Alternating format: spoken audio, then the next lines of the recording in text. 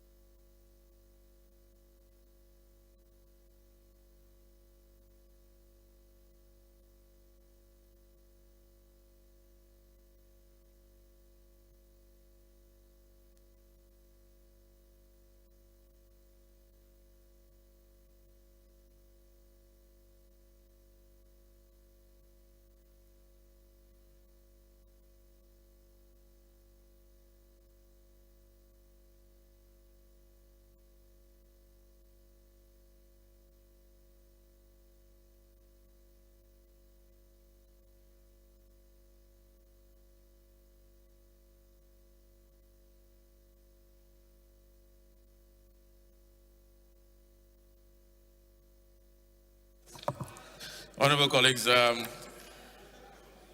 have examined and approved the votes and proceedings of Tuesday, 15 February 2002.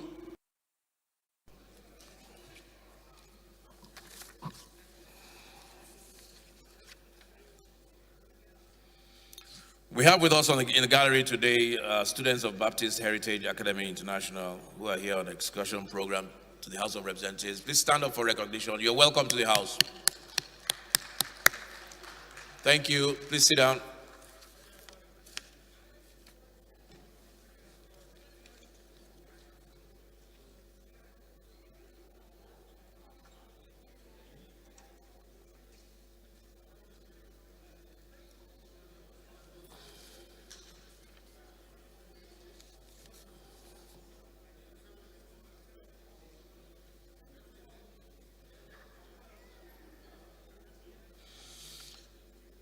Honorable members, the following are the members for the conference committee on the NIPOS bill that requires harmonization with the Senate. Honorable Isiaka Ibrahim, Honorable Zana Usman, Honorable Chinedu Oga, Honorable Bello Mohammed Samshuddin, Honorable Boma Goodhead, Honorable Shaba Ibrahim, Honorable Hakeem Adeyemi, as the conference committee members to harmonize the NIPOS bill with the Senate.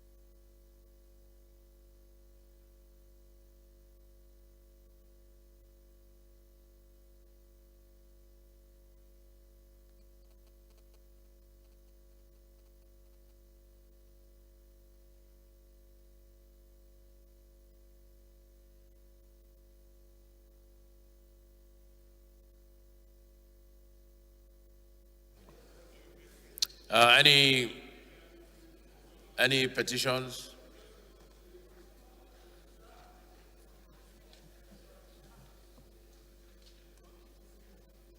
Go ahead.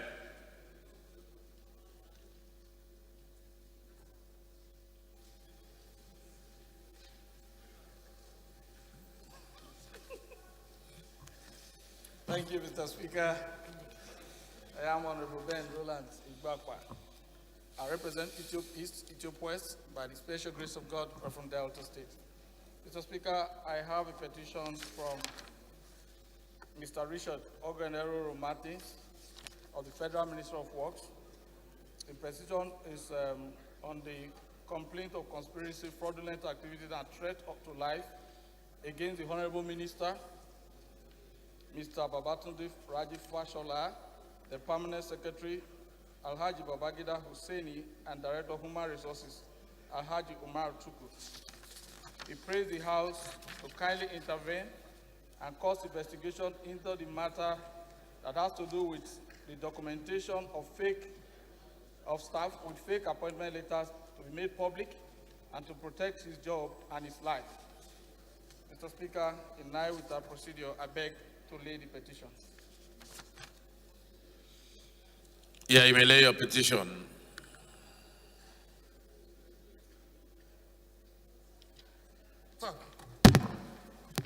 Thank you, Mr. Speaker, honorable colleagues. My name is Honorable Priye Oseke, representing Southern Ijaw Federal Constituency. I'm from Bayelsa State. I have a petition before this House on the wrongful dismissal of Lance Corporal Ebipere from the Nigerian Army. He wishes that this House do investigate and handle the wrongful dismissal of his humble self. Mr. Speaker, I wish to lay this petition. Thank you. Your Honorable Priye, please lay your petition. Any other petition?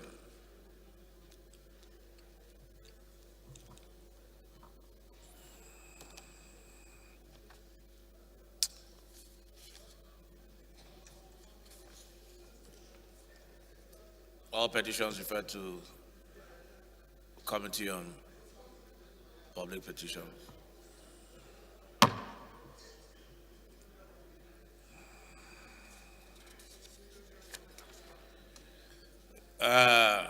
Honorable Elumelu, Minority Leader.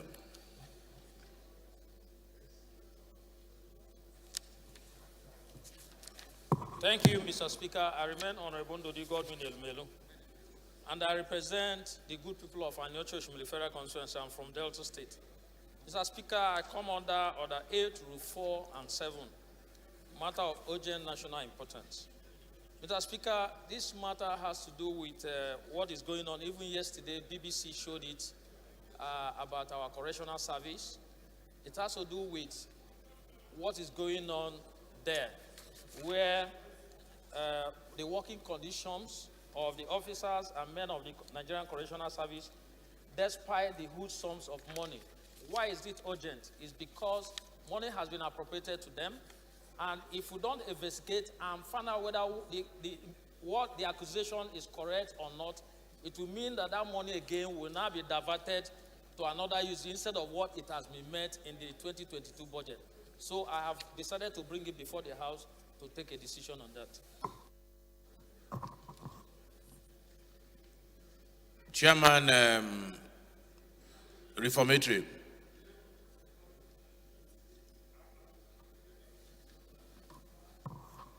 Chairman, Reformatory Institution.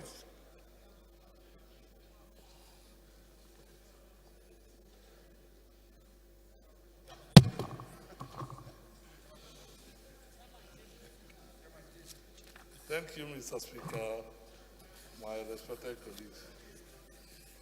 My name is Honorable Ayo Edwin. I represent the good people of Ezra North, the Federal Constituency. Mr. Speaker, I'm from Ebonyi State. Mr. Speaker, the matter of urgent public importance. Okay. No, I actually want to hear what about it? Yeah. Mr. Speaker, I rise to... No, what were you going to say? Mr. Speaker, I rise to second the motion as moved. Do you know what the motion is? Yes, sir. Okay. So you are seconding? Yes, sir. All right. Thank you. Those in support that this motion is urgent enough, please say aye. Those guys, please say name. Ayes have it.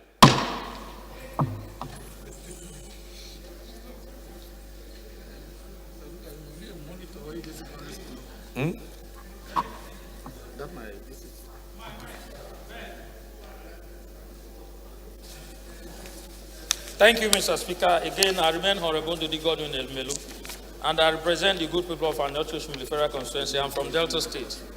The House notes that upon the enactment of the Nigerian Correctional Service Act 2019, Nigeria joined most countries of the world in adopting modern correctional alternatives to incarceration or imprisonment, including non-custodial measures. The House is aware that the Eastern Act situates the workforce of the service as the single most important resource available to the correctional system, and thus prioritize the welfare of these officers and men in line with the international best practice to propel them to optimal performance.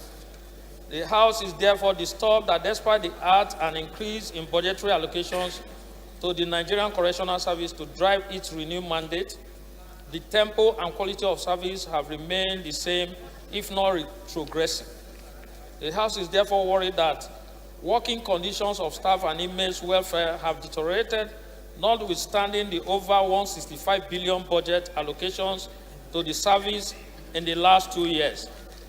The House therefore observed that the armed squad unit of the service still parade obsolete and substandard weapons, despite over 1 billion budget provision for prison biometrics, arms, and ammunition in the 2020-2021 budget capital budget, thus impeding its ability to deter, prevent, or respond effectively to both internal and external threats.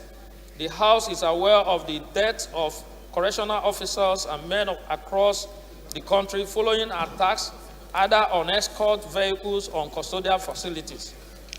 The House also observed that staff still buys or makes their uniform till date, regardless of the huge budgetary allocations provided for this purpose. Provision of uniform for inmates is non-existent in most custodial centers. The House further observed that in addition to allegations of non-utilization of budget allocations in the manner prescribed by National Assembly and administrative incompetence of drivers of the change in the rebranded service, there are also claims of unscrupulous staff promotion, denial of rights and benefits, including hazard and duty toll allowances leveled against the management of the service.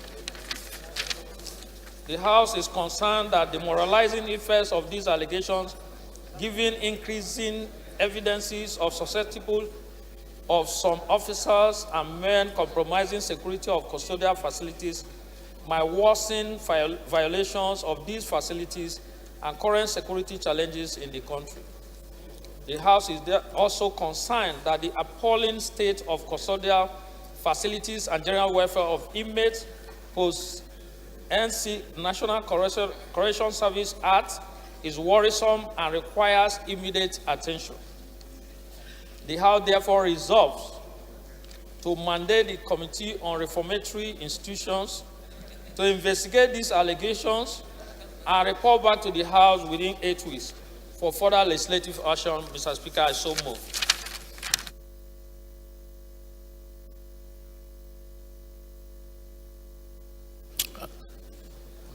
Engineer. Okay, second, please. Go ahead. Honorable second.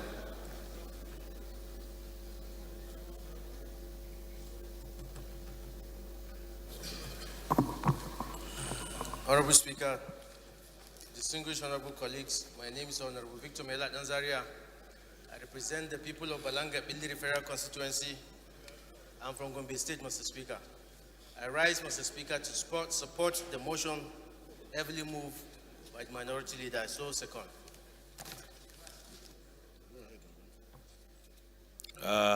Minority leader, I think straightforward. We'll just put the question. Investigative, yes. Anybody want to speak against? Okay, and the Chief Whip. My name is Mohamed Tahir Monguno. I represent Marte Monguno, Nganzai Federal Constituency. My point of order is predicated on point of law. Mr. Speaker, honorable members, justice should not only be done, but should be seen manifestly to have been done. This referral is going to the Committee on Reformation, of which it is headed by Honorable Anayo Edwin. And he is the one who seconded the motion. That means he has already descended into the arena. Justice cannot be purely dispensed. As such, for justice not only to be done, but should be seen manifestly to have been done, there is a need for him to recluse himself from the leadership of this committee. Because he has already descended himself into the by seconding the motion? By seconding the motion. The motion for investigation? Yes. The motion for investigation does not mean that he has made up his mind. He just agrees with the, well, he hasn't made up his mind on whether anybody is culpable.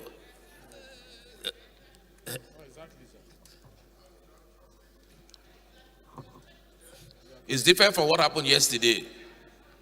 Yesterday, the chairman of customs made his position known, very clear. And in this case, the chairman reformatory did not even raise his hand to second. I was the one that asked him to second.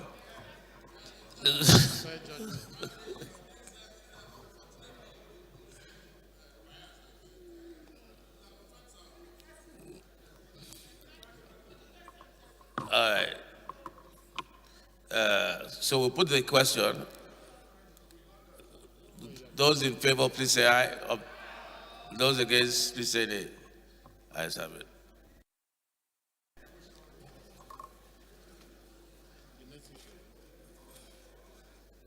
There was one more motion of urgent public importance. I'm trying to remember who that was now.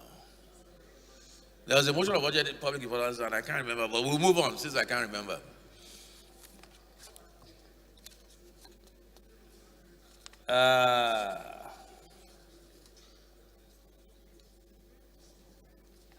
Honorable members, the Business of the day is presentation of 3 bills. I now invite the clerk to read the short title of the bills. Right Honorable Speaker, honorable members. Federal University will carry Establishment Bill 2022, first reading. Rice Control Bill 2022, first reading. Federal Medical Center, Deba, Gombe State Establishment Bill 2022, first reading.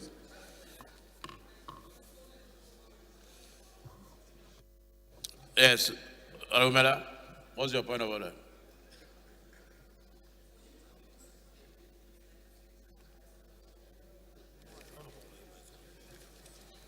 Your Excellency, the Speaker, distinguished honorable colleagues, my name is Mela Danzaria. I represent the people of Balanga Plenary Federal Constituency. Mr. Speaker, I'm from Gombe State.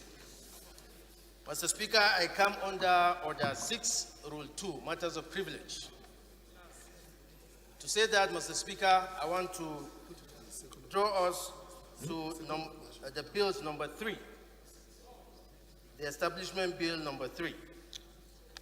Mr. Speaker, I want to draw your attention, and I want to draw the attention of this House, that I have a similar bill in the Senate, Establishment Federal Medical Center, Plenary, that has been there in the Senate for more than 6 months. Mr. Speaker, honorable colleagues, I respect the sponsor for this bill, for the Federal Medical Center, Deba. I also feel it's important for me to explain to you that I have the same bill, similar bill in the Senate that has been there, that passed first reading, second reading, public hearing, and third reading, and is there in the Senate. Mr. Speaker, this bill is from the same state, different location. But my worry and the problem is my own bill has been there for this long period of time without taking any action on it.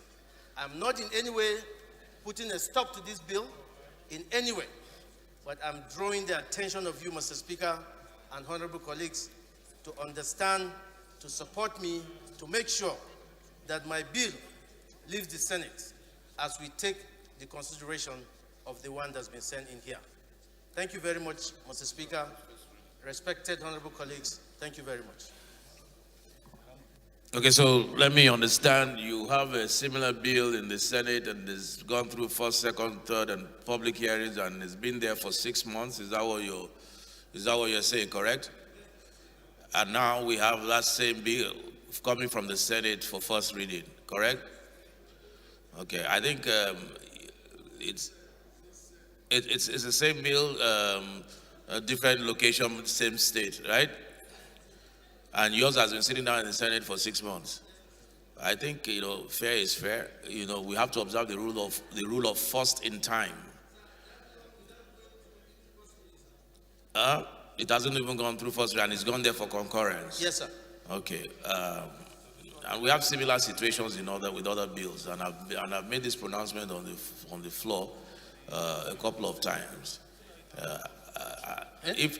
If any bill comes from the Senate and is in the House and has been sitting down in this House, it will be difficult for me to accept for a member to bring the same bill on the floor of the House, because it will be unfair on the senator who sponsored that bill and sent it here for concurrence. Yes, Mr. Speaker. In the similar vein, I will not accept for a member's bill to be in the Senate, just cooling off for months, and then a similar bill is brought to the floor of the House, and then we'll process that.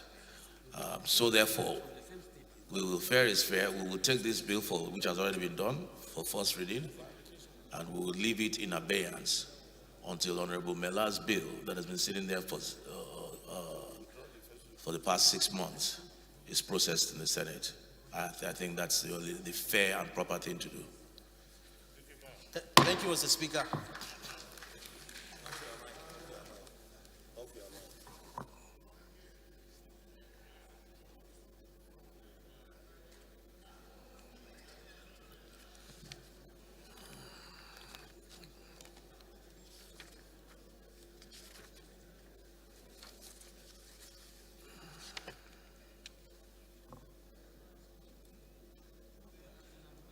The first order of the day is the third reading of a bill for an act to make comprehensive provisions for the prohibition and punishment of sexual harassment of students by educators and other persons in and out of tertiary educational institutions, and for related matters, standing in the name of the House Leader.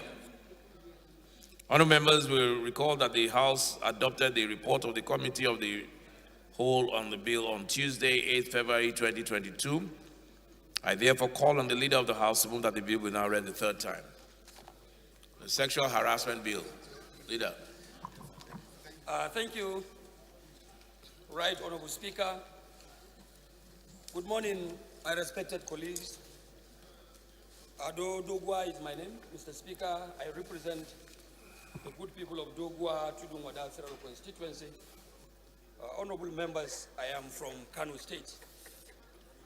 Mr. Speaker, honourable members, I rise to move that a bill for an act to make comprehensive provisions for the prohibition and punishment of sexual harassment of students by educators and other persons in and out of tertiary educational institutions and for related matters, HB 1006, be read the third time.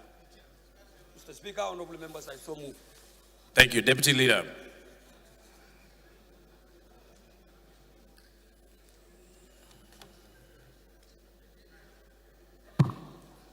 Mr. Speaker, my dear colleagues, I am Comrade Peter Ohiozoje Akpati. I represent the great people of Akoko Edo Federal Constituency. Mr. Speaker, I rise to second the motion as ably moved by the Leader of the House. I so second, Mr. Speaker. Honourable members, the question is that the bill be now read the third time. Those in favour, please say aye. Those against, please say nay. Ayes have it. Clerk, long title. Right Honourable Speaker, honourable members, a bill for an act to make comprehensive provisions for the prohibition and punishment of sexual harassment of students by educators and other persons in and out of tertiary educational institutions and for related matters. Third reading.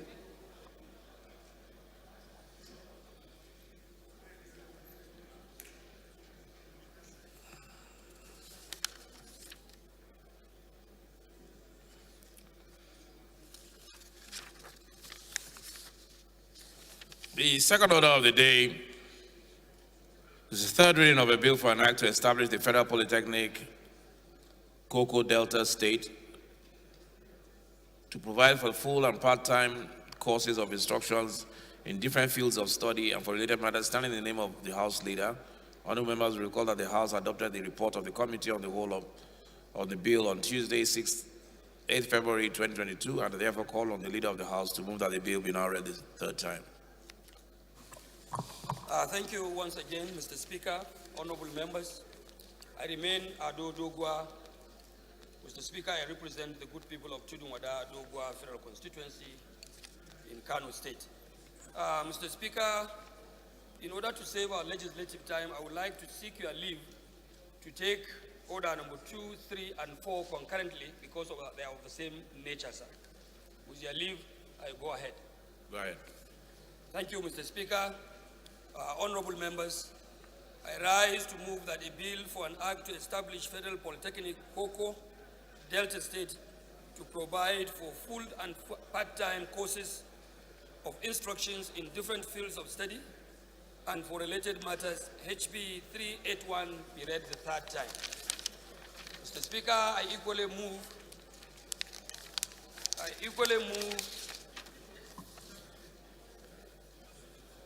read that a bill for an act to establish Federal Polytechnic Orogun, Delta State, to provide full-time and part-time courses of instruction and training in different fields of study and for related matters, HB 642, be read the third time. A bill for an act to establish Federal University of Education, ANPA, to take over the assets and liabilities, excluding staff of Kogi State College of Education, ANPA, to provide for training and teaching instructions in every aspect of education and such other fields of applied learning relevant to the needs of the development of education in Nigeria matters of administration and discipline of students and for related matters, HB 1344, be taken the third time. Mr. Speaker, I so move concurrently. Thank you. Deputy Leader, can you please second the three bills?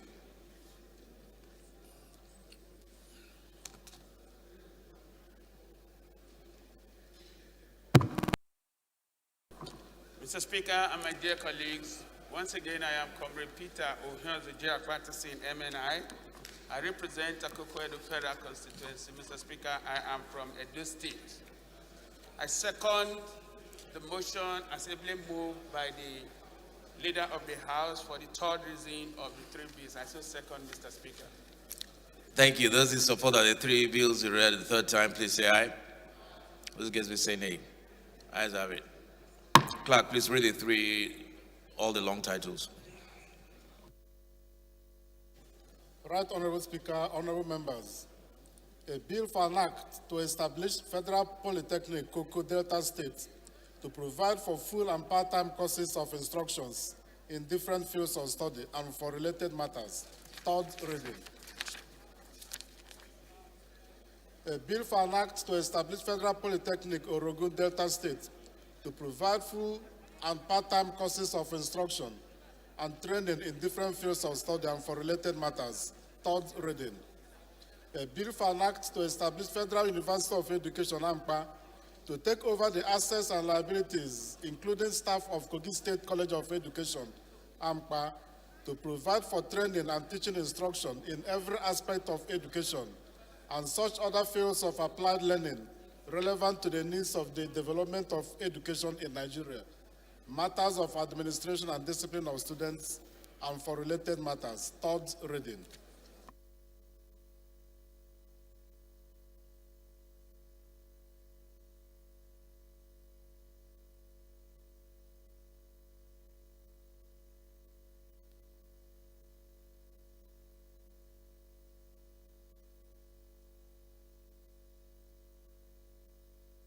The fifth order of the day is commencement of debate on the general principles of a bill for an act. Okay, sorry. The bills are read the third time and pass. Fifth order of the day is commencement of debate on the general principles of a bill for an act to establish the Federal University of Agriculture, Umerun, Anambra State, to make comprehensive provisions for its due management and administration and for related matters, standing in the name of Honorable Vincent Ofumelu. Honorable members will recall that the bill was read the first time on Tuesday, 16th November 2021. I now invite Honorable Ofumelu to move that the bill be now read the second time. Honorable members, I think on this bill, where is the Leader of the House? Step down. Yes. Yes.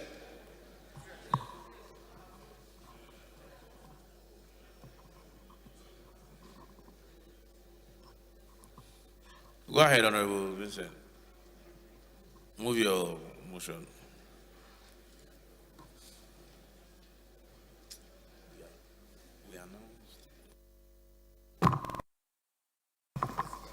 Mr. Speaker, my honorable colleagues, my name is Vincent Ekene Ofumelu. I represent the good people of Oyi and I am a federal constituency. I am from Anambra State. Mr. Speaker, I rise to move for the establishment of a bill for an act to establish Federal University of Agriculture, Umerum, in Anambra State, to make a comprehensive provision for its due management and administration, and for other related matters. House Bill 1658. Thank you, Mr. Speaker. No, I'm done. I so move, Mr. Speaker.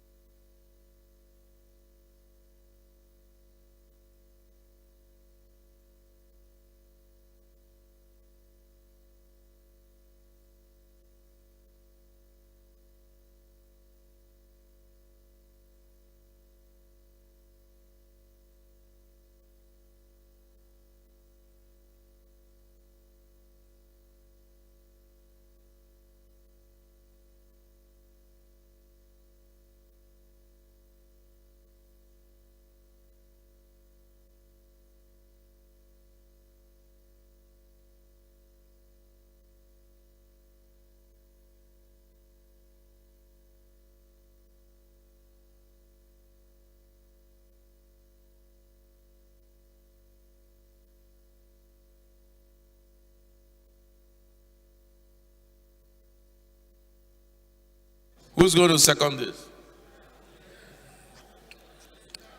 I will Chinedu.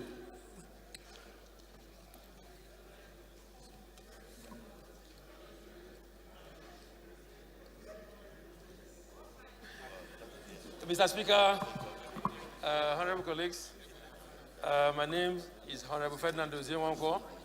I rise to second a motion heavily moved by my colleague, Honorable Vincent Ofemelu. Thank you, Mr. Speaker.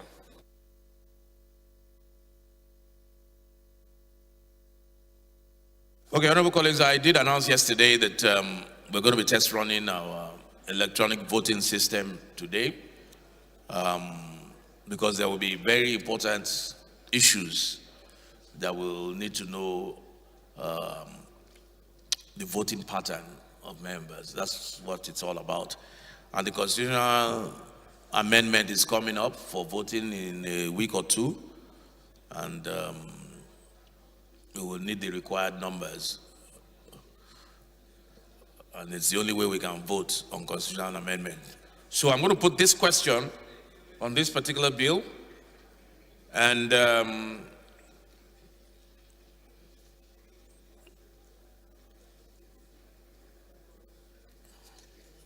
the question will be that the bill be read a second time. And you have 30 seconds to punch in your vote, whether yes, no, or whether you are abstaining. Do you all have this on your screen? All right, your 30 seconds starts now.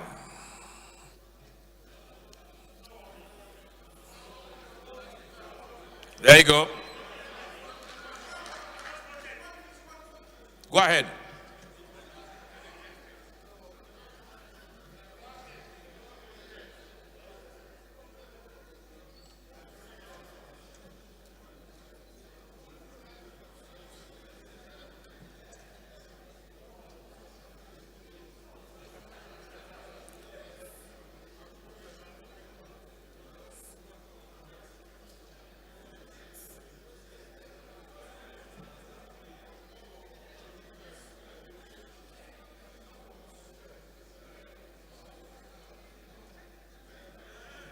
All right.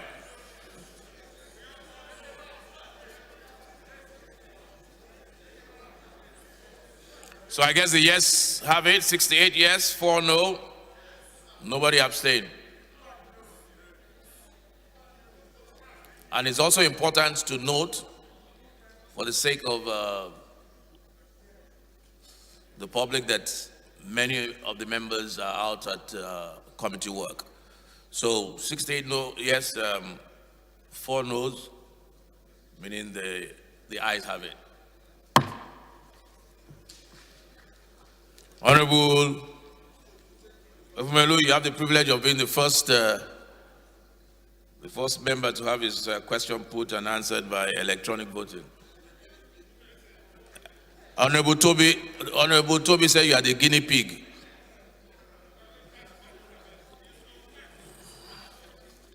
Clerk, please read the long title. Right, Honorable Speaker, honorable members. A bill for an act to establish Federal University of Agriculture, Umerum, Anambra State, to make comprehensive provisions for its due management and administration and for related matters. Second reading. The bill is referred to the Committee on Agricultural Colleges and Institutions. Sixth order of the day is commencement of debate on the general principles of a bill for an act to provide for the establishment of the Federal College of Nursing and Midwifery in Kwara State and for related matters. Standing in the name of Honorable Tunji Olawi, honorable members will recall that the bill was read the first time on Wednesday, 10th October 2021. I now invite Honorable Olawi to move that the bill be read a second time.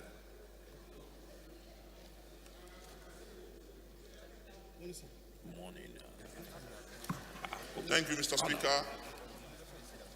My name is Rahim Tunji Olawi. I represent the good people of Ekiti, Irekodun, Isi, and Okero Federal Constituency. I'm from Kwara State.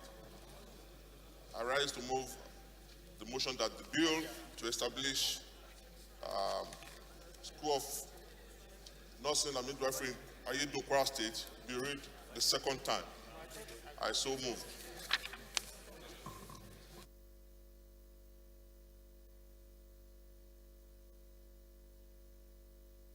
Any seconder? Isiaka?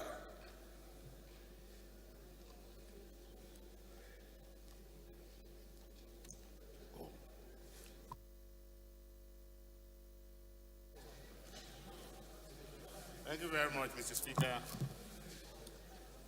Ibrahim Ayokunle Isiaka, MHR, for Eweko Federal Constituency. I'm from Ogun State. I rise, Mr. Speaker, to support the bill on a bill for an act to provide for establishment of Federal College of Nursing and Midwife Ayedun, Kwara State, and for other related matters, as so moved by Honorable Tunji Olawi. I so second, Mr. Speaker. Thank you.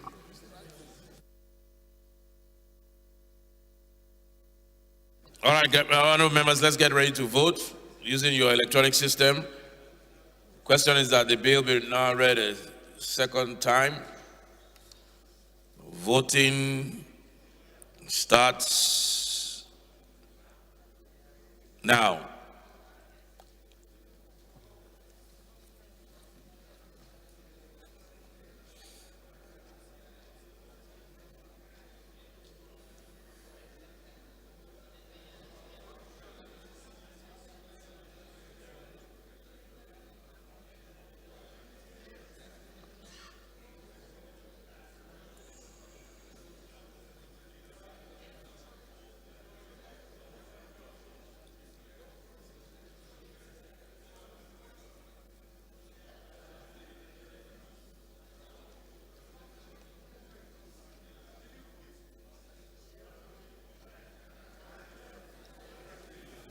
$85 yes, 8 no, 1 abstention.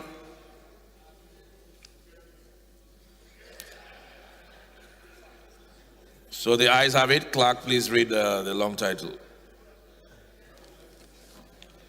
Right Honorable Speaker, honorable members, a bill for an act to provide for establishment of Federal College of Nursing and Midwifery, Ayedun, Kwara State, and for related matters. Second reading.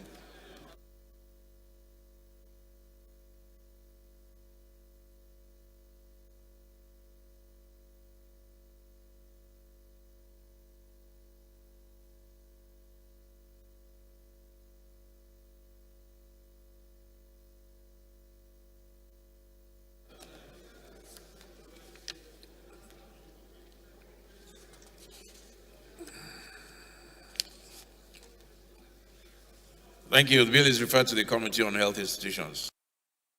It's commencement of debate on the general principles of a bill for an act to establish the Federal College of Agriculture, Tureta in Sokoto State, to provide full-time courses leading to the award of diploma, higher national diploma in agriculture and allied fields, and be responsible for the due administration of the college and for related matters standing in the name of Honorable Balarabe Kakale. Honorable members will recall that the bill will be read the first time on Tuesday, 11th November 2021, and I invite Honorable Kakale to move that the bill be read a second time. Honorable Kakale.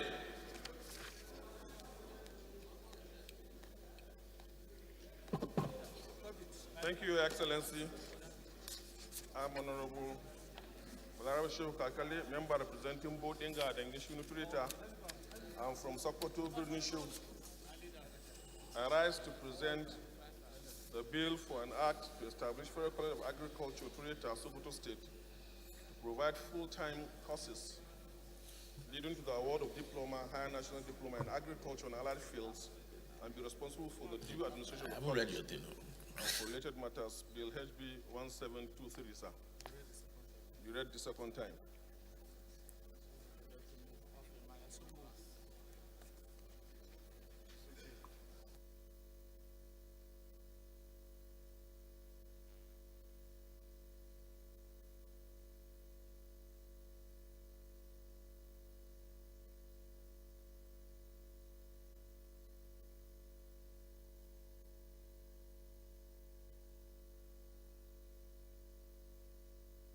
Honorable Mzondo.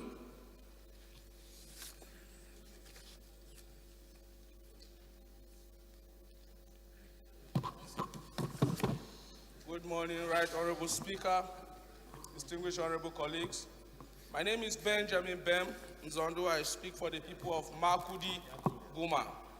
We are from Benue State, and the voice of the teeming unemployed youth arise to second that the bill be read a second time. I so second.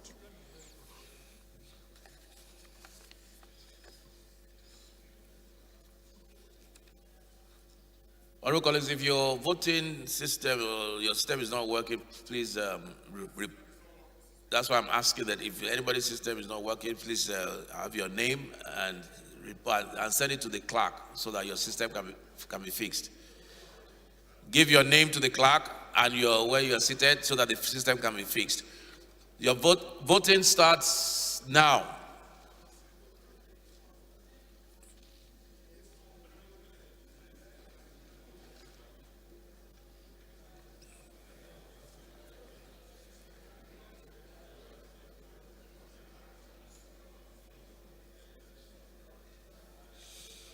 I'm aware that Honorable August's system is not working, Honorable Mark Wheeler's system is not working. Anybody else, just submit your name to the clerk.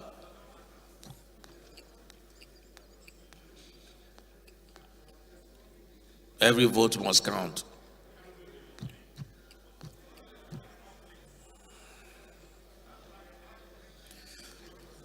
$100 votes for, 3 against, 6 abstaining. The ayes have it. Clerk, please read the long title.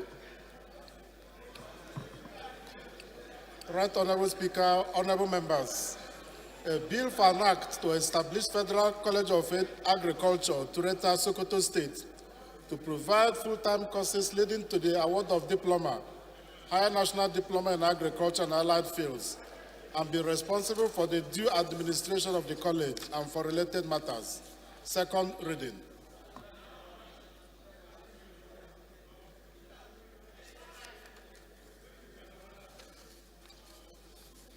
Bill referred to the Committee on Agricultural Colleges and Institutions.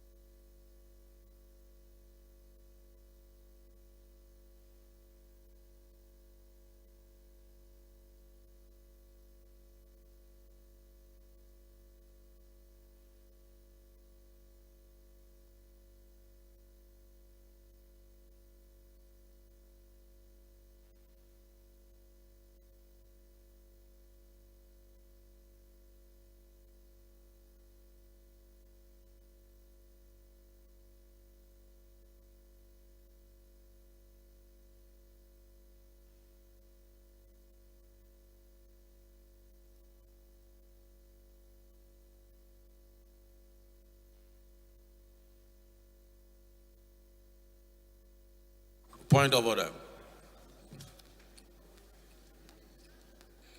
Junior, what's your... Thank you, Mr. Speaker, my honorable colleagues. I come under Order 6, Rule 2, personal privilege. Mr. Speaker, I noticed that my seat that had my name tag, my computer has been removed. So, yes, there's no computer. Your on my what? seat. The system, yeah, has been removed entirely. About 3 computers are no more there. So because we are practicing and going to use electronic voting, I want the clerk to please restore the computer. About 3 computers have been taken away from there. And my name tag is there. And all done. Thank you. Okay, they will look into that. They'll look into that. That's, thank you for that observation. 3. 3? And maybe there are others around too. Okay, it'll be sorted. It'll be sorted. I've just been told now that it'll be sorted. I think they went for some adjustment. I've just been informed now. Okay, so we move on. 8th of the day is commencement of debate on the general principle of a bill for an act to establish the Federal Government College of Nursing and Midwifery, Adodo, Ota, Ogun State, and for related matters, standing in the name of Honorable Jimo Ojubele. Honorable members will recall that the bill was read the first time on Tuesday, 7 December 2021, and I invite Honorable Ojubele to move that the bill be read the second time.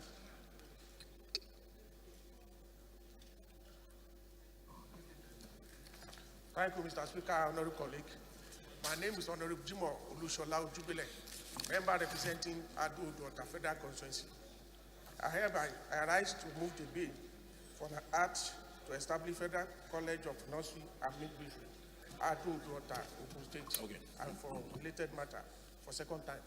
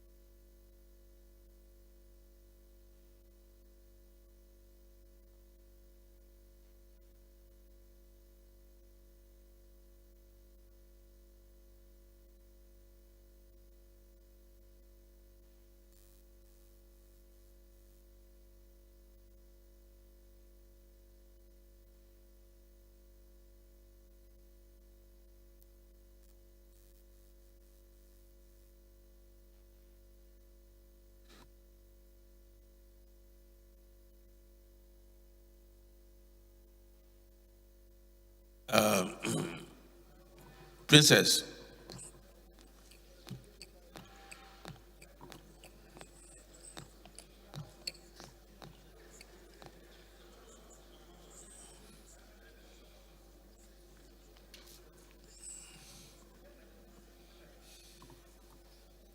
You are telling, they've told you number 7, second.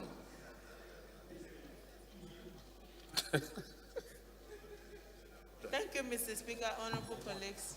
My name is Honorable Princess Miriam Odinaka Onoha. I speak for the good people of Isialambano, Onemo, Okigwe Federal Constituency. I am from Imo State, the land of peace and hospitality. Mr. Speaker, I rise to second the bill, ably moved by my colleague. I so second, Mr. Speaker. Thank you, sir.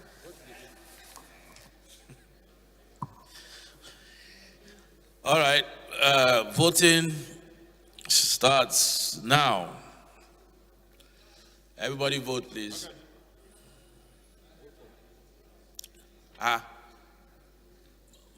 Magaji should vote for you and he voted for you. Does he know what your vote is? Yes.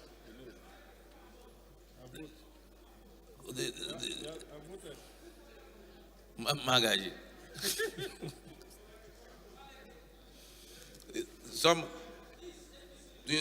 When somebody votes for you, do you know what that means? Do you know what that means?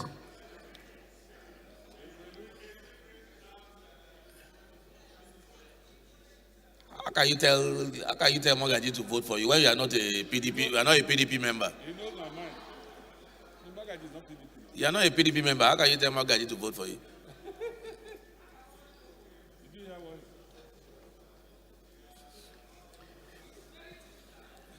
We have 89 yes, 4 no's, and 4 abstaining. So that means the ayes have it. Clerk.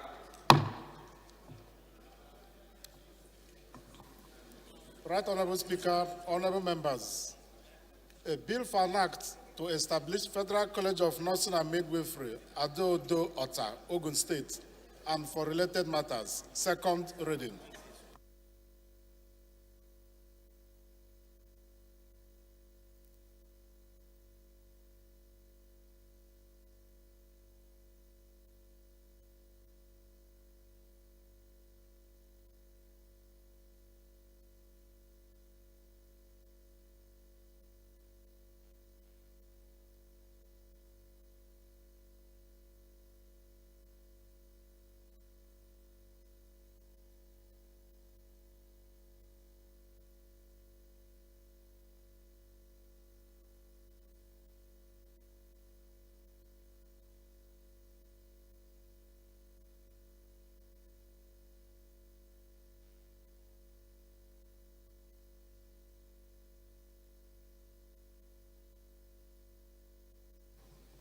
Clerk, have you read the long title?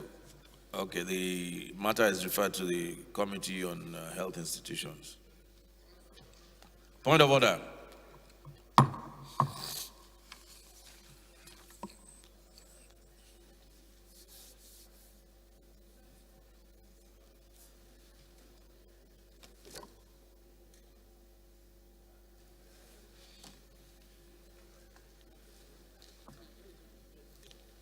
Thank you, Mr. Speaker.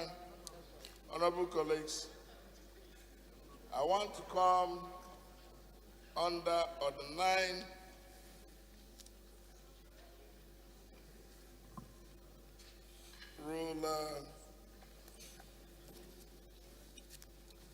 Rule 4.2 of our standing orders. What page, And the rates, what page are you looking at? Page 50. And the rates.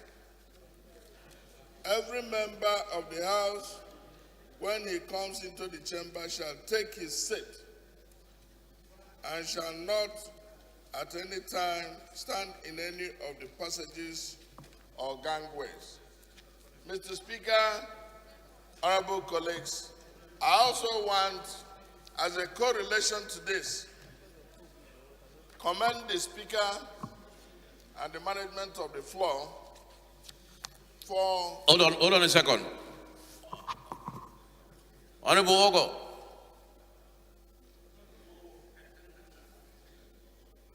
Honorable Ogo, what was your leader just moved the...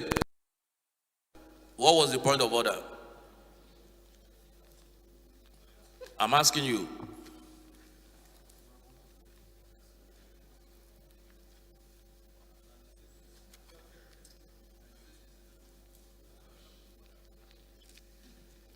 From Lagos State.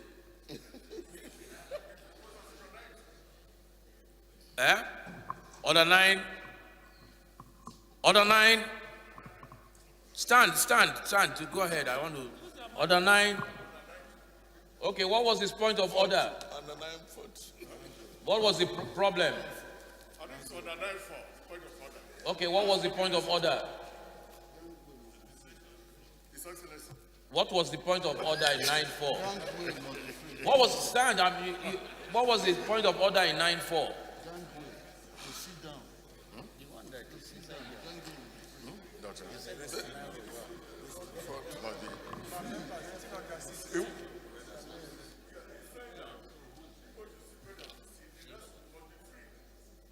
That the gangways and people should take their seats where they're supposed to sit.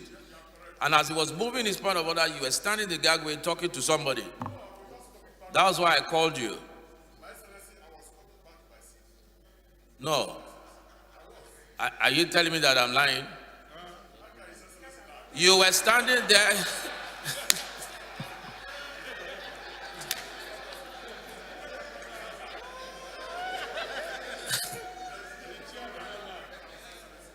You were standing there, you were talking to somebody, he was moving the point of order, he was explaining it, and you were still talking, standing in the gang. With the very point of order, he was... Okay. Yes, he has obeyed the point. Honorable Toby, you can continue. Thank you, Mr. Speaker, honorable colleagues. I said the other 9 and substantial part of it deals with decorum in the House. And by the technology of our voting, it brings further impetus on the need for members to sit on their seats when they come into the parliament, to the plenary.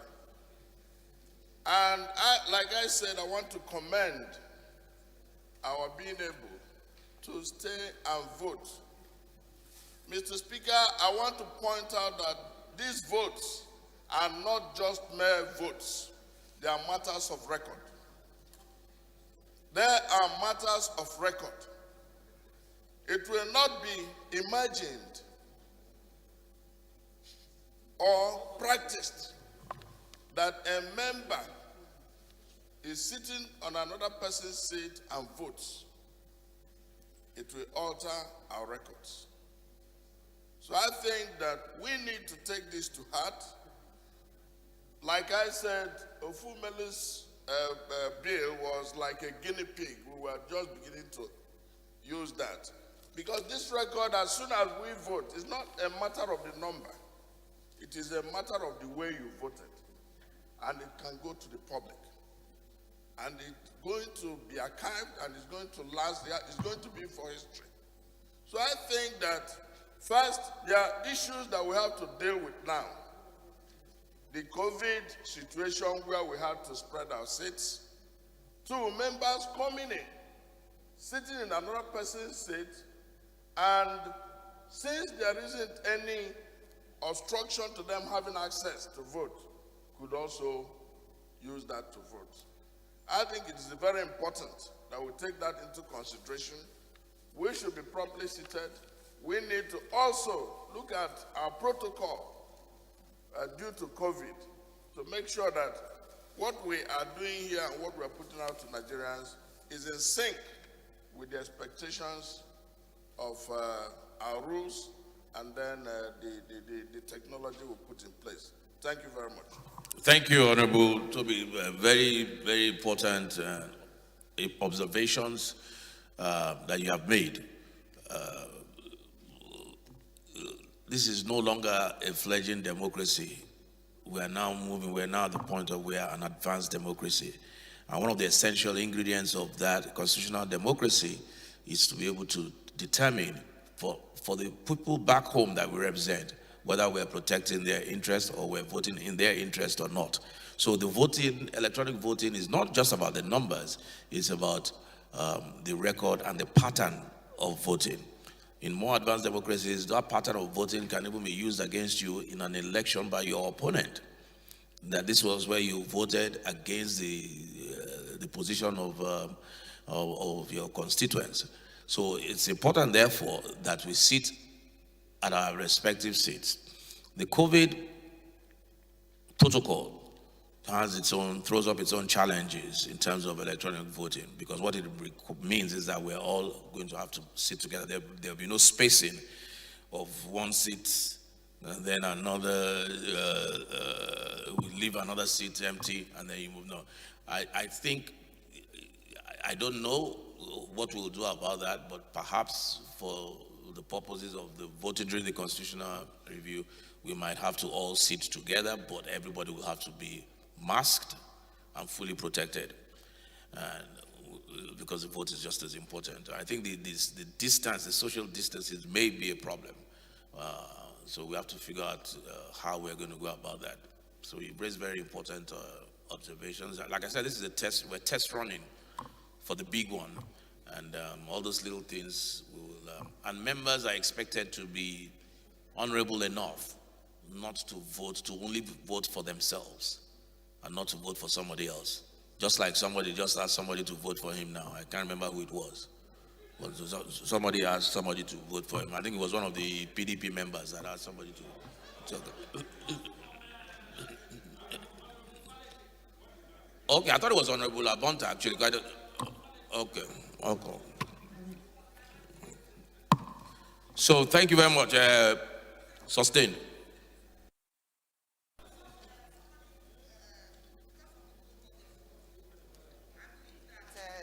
We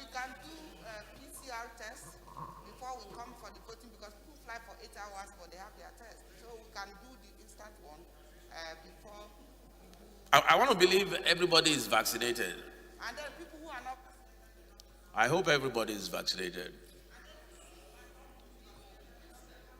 Okay, we'll put things in place. Honorable Elmelu.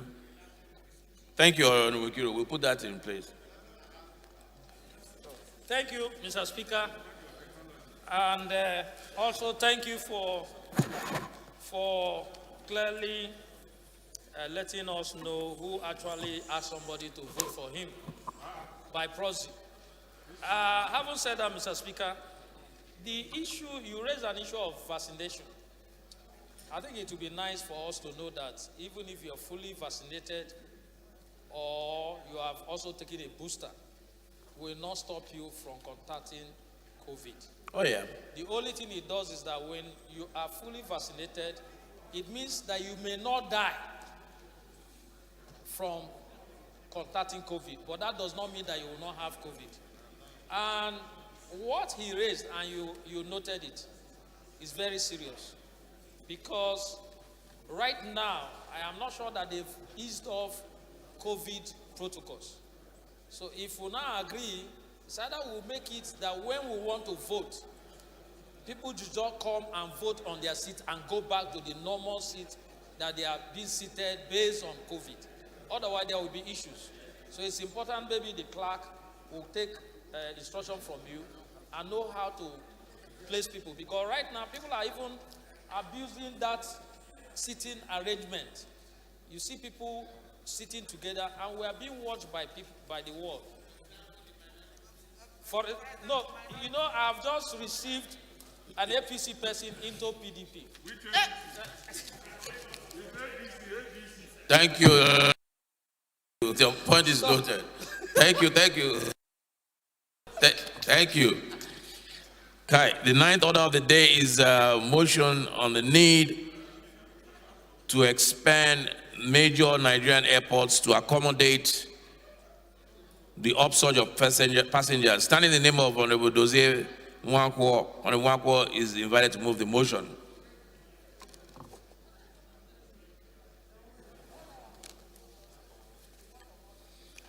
Clerk, I hope you've noted all the observations. Speaker and my colleagues, I remain Honorable Ferdinand Dozie Nwankwo, member representing Anocha Ijikoka Dunukofia Federal Constituency. I am from Anambra State. I rise to move a motion on the need to expand major airports across the country to accommodate the upsurge of passengers. The House notes that recently most Nigerian airports have become congested due to several factors, which include more persons choosing air travel, flight delays by airline operators, inadequate and malfunctioning X-ray machines, multiple checks for security and COVID-19 protocols, inadequate check-in counters, waiting for halls, boarding gates, as well as parking and maneuvering constraints. The House also notes that the recent rehabilitation in some airports did not provide the desired expansion, hence the need for expansion of the major airports which handle voluminous travelers. The House is concerned that with the congestion, the airports have become uncomfortable as the halls are overstretched with passengers waiting for clearing of their luggages or waiting to board their flights and may attempt acts of frustration to breach security procedures, thus putting others at risk, especially considering that such congestion at variance with the National Center for Disease Control protocols in averting the spread of COVID-19. Also concerned that the congestion have resulted in the loss of man-hours by passengers and their relatives who are at the airports, either to receive or see off their relatives. Worried that the situation adversely affects the aviation industry as people can no longer effectively execute their travel plans due to the delays that arise from the congestion at the airports. Cognizant that airport ought to be modernized and managed like business enterprise with development of infrastructure to cater for population and traffic growth. It has resolved to urge the Ministry of Aviation to quickly consider expansion of major airports across the country to accommodate the upsurge in the population of air travelers. Also urge the Federal Ministry of Aviation, Federal Airport Authority of Nigeria, and the Nigerian Airspace Management Agency to address all issues concerning unnecessary delays and inconveniences at the major airports and ensure hitch-free flight operation across the country. Mandate the Committee on Aviation to ensure compliance. I so move, Mr. Speaker. The former chairman, aviation, can you, now Deputy Whip, can you please second?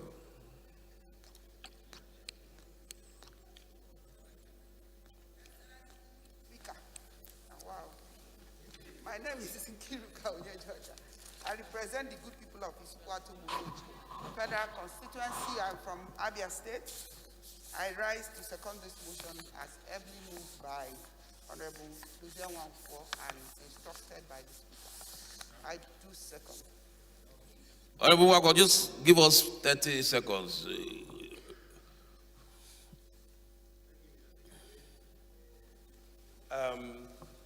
Going from what is happening in the country and the insecurity happening in the nation, Nigerians prefer to travel by air.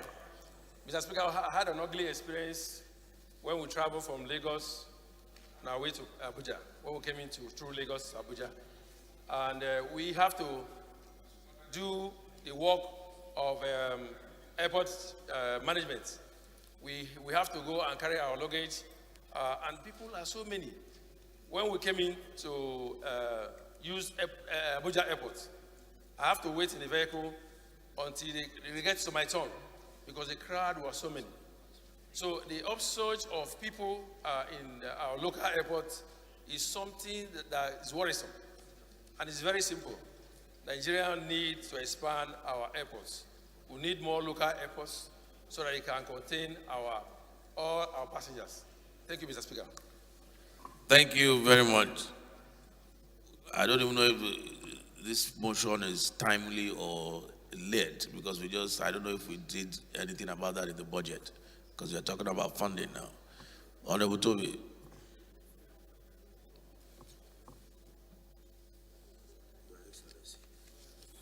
Thank you, Mr. Speaker. Honorable colleagues.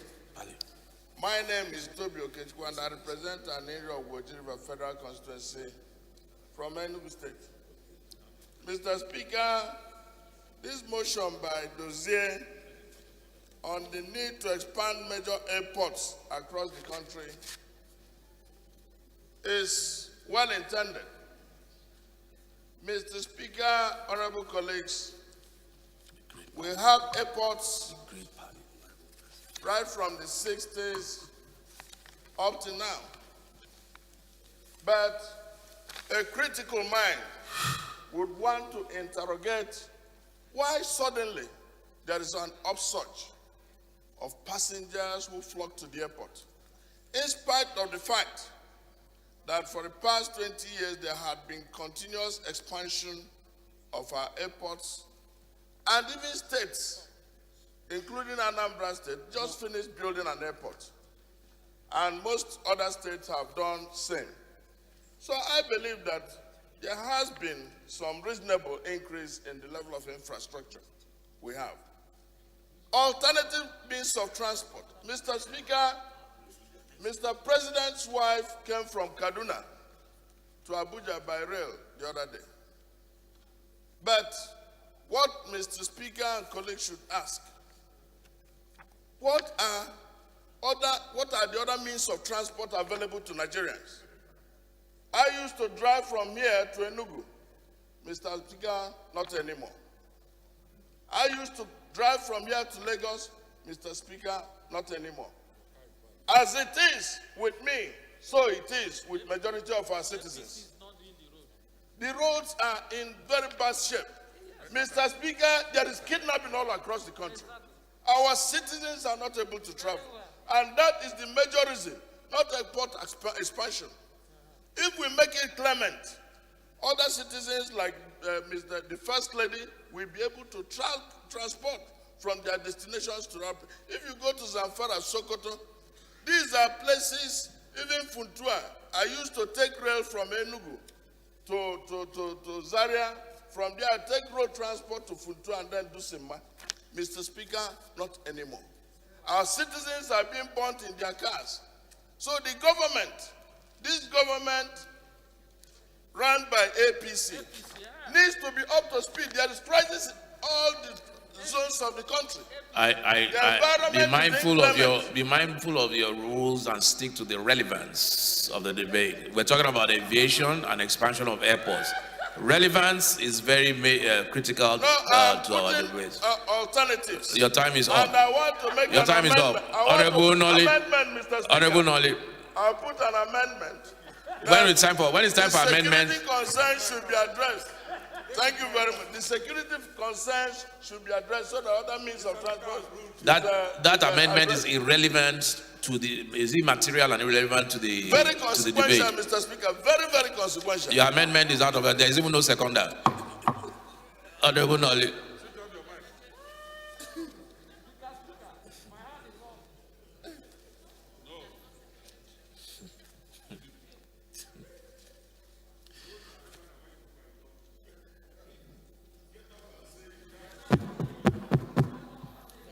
Mr. Speaker,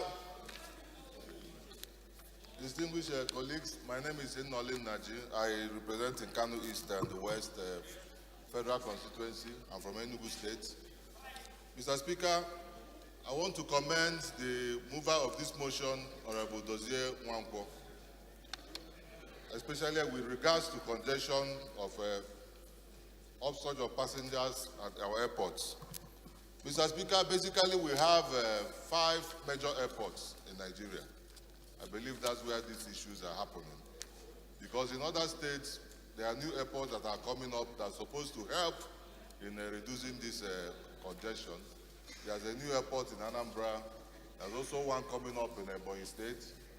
We have airports, but the 5 major airports where we're having this issue, one, the Lagos airport more especially, we have a new airport, new terminal, new international terminal, Lagos Airport. As part of our oversight, the Committee on Aviation visited Lagos just over the weekend. And we noticed also that since the completion of the new international terminal, they have not started using it for operations. And that's why we are experiencing this congestion, especially at the international wing. The issue of the local terminal, there's also, from what they briefed us, they are trying to build a new local terminal for Lagos. Because where we're having these major issues, actually, Lagos Airport. And Lagos Airport generates about 60% of revenue for FAN. So I don't know why the Chinese loan that they built about 4 airports with Chinese loan and then Enugu Airport under FGN. The 4 airports are completed. Port Harcourt is functioning. Abuja is functioning. Kanu completed. But I don't know why the airport that generates over 60% of the revenue for FAN, they have not opened it. And it's worrisome because these are taxpayers' money and this is a loan that's we're supposed to start paying back. If you come to Lagos, you'll be shocked. Because there's no way, I don't think they're supposed to take special attention, Lagos Airport, because one, the international terminal they've completed. Funny enough, I asked that question, why haven't you opened this airport? They said that there's something, that the Avio bridges, there are 2 sides of Avio bridges. On one side of the Avio bridge, that because the big body planes cannot go past the side to the second side of the Avio bridge, that they are trying to see how they will demolish private hangars. And I wonder why they need to demolish private hangars before they open up the Lagos terminal. And Mr. Speaker, you recall that I complained to you when I came back and told you, look at the situation we're having. So I believe that the Lagos, the congestion, if we open up the international terminal, the new terminal, international terminal, and now start the construction of new international terminals and new local terminals for Lagos. Abuja, what they are trying to do in Abuja, there's an existing international wing.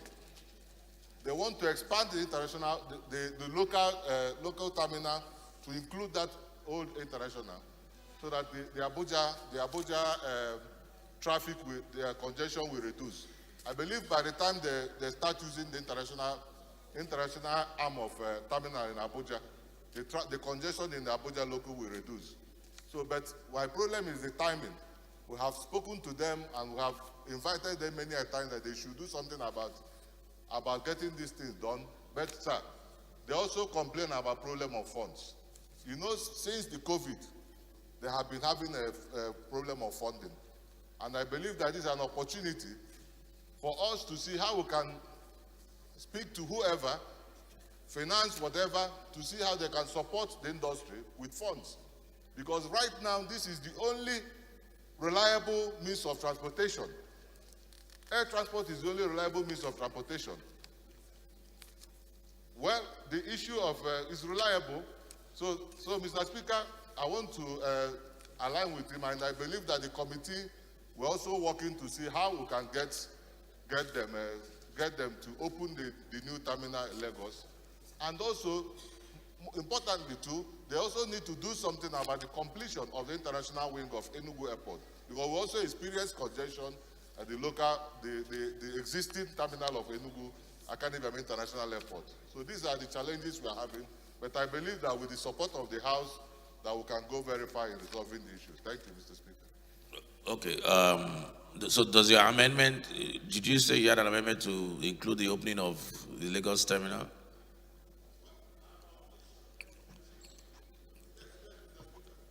So your amendment is that the terminal is just there, it's been finished, but they haven't opened it. Okay. So what's your amendment?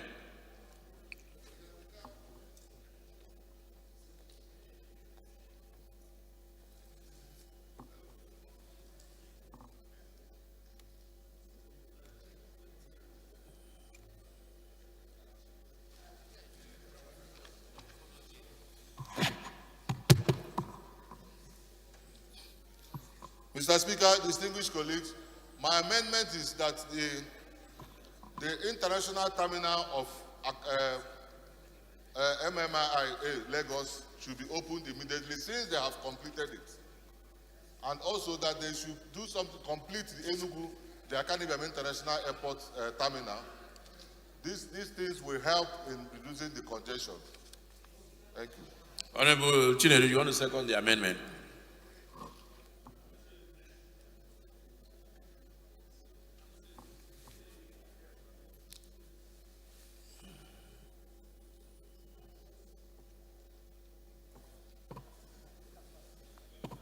Thank you, Mr. Speaker, honorable colleagues. I remain Honorable Emeka Chinedu. I represent the good people of Ahiazum District in the Federal Constituency. Mr. Speaker, I rise to second the motion ably moved by Chairman Aviation that the new built terminal in Lagos should be opened, and also the completion of Enugu Airport should be completed. I so move. I so second, Mr. Speaker. Those in favor of the amendment, please say aye. Those against, say nay. Ayes have it.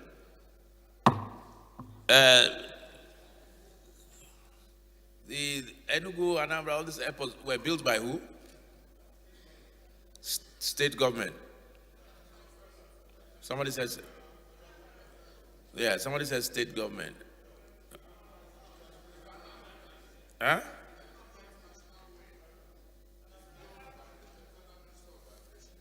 Yes.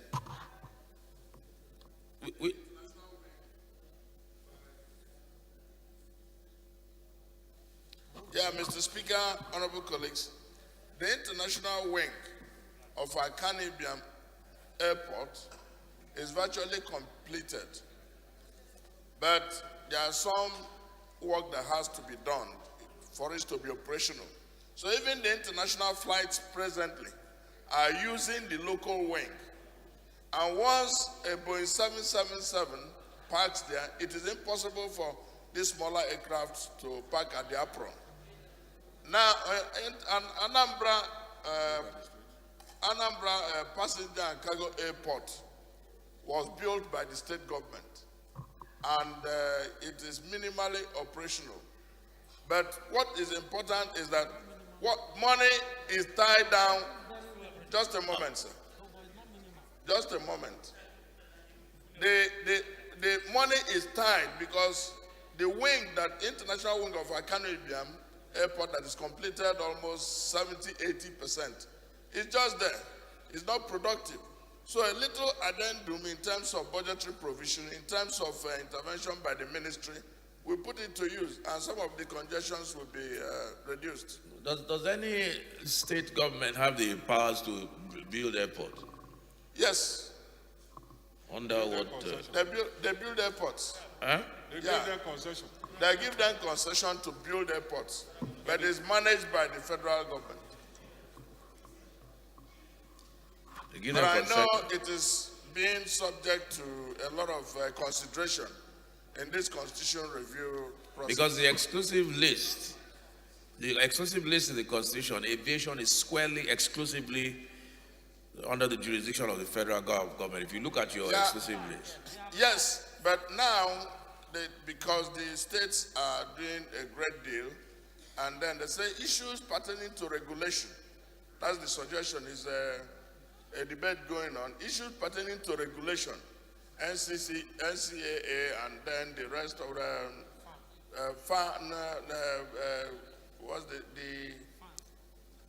and NAMA and the rest should be by the federal ministry of Health. But airports construction and management and all could be done by states. Then the constitution should be amended to that Yes, effect. You cannot by fiat amend the constitution and say states can build airports, because the constitution is very, very clear. No, it is in the exclusive list now. Yes. But subsequently it's going to be concurrent if we vote for it in the. It came up during the consideration, yes.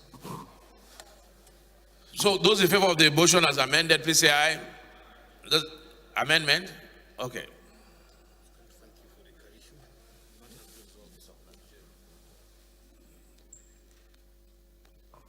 Thank you, Mr. Speaker. I remain Honorable Ndodi Godwin Delmelu, and I represent the people of Anyo Church Military Constituency. I'm from Delta State.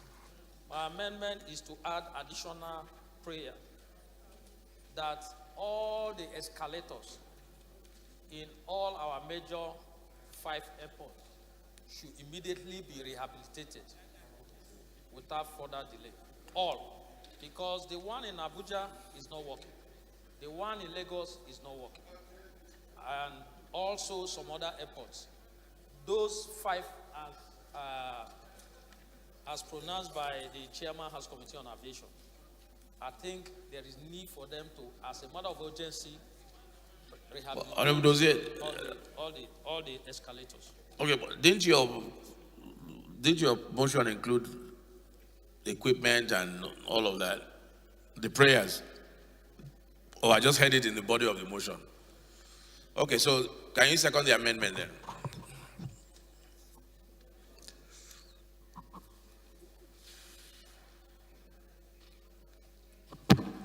Thank you, Mr. Speaker and my colleagues. I'm Honorable Ferdinand Dozie, member representing Njikoka and Ochadunu Federal Constituency. I'm from Anambra State. I hereby second the motion heavily moved by Minority Leader. I still second. Thank you. Those in favor of the amendment, please say aye. Those against, say nay. Ayes have it. Those in favor of the motion as amended, please say aye. Those in favor of the motion as amended, please say aye. Those against, say nay. Ayes have it. The 10th order of the day is a motion on the need to investigate the poor performance and high charges of airline operators in Nigeria. Standing in the name of Honorable Simon Karu, Honorable Karu is invited to move the motion.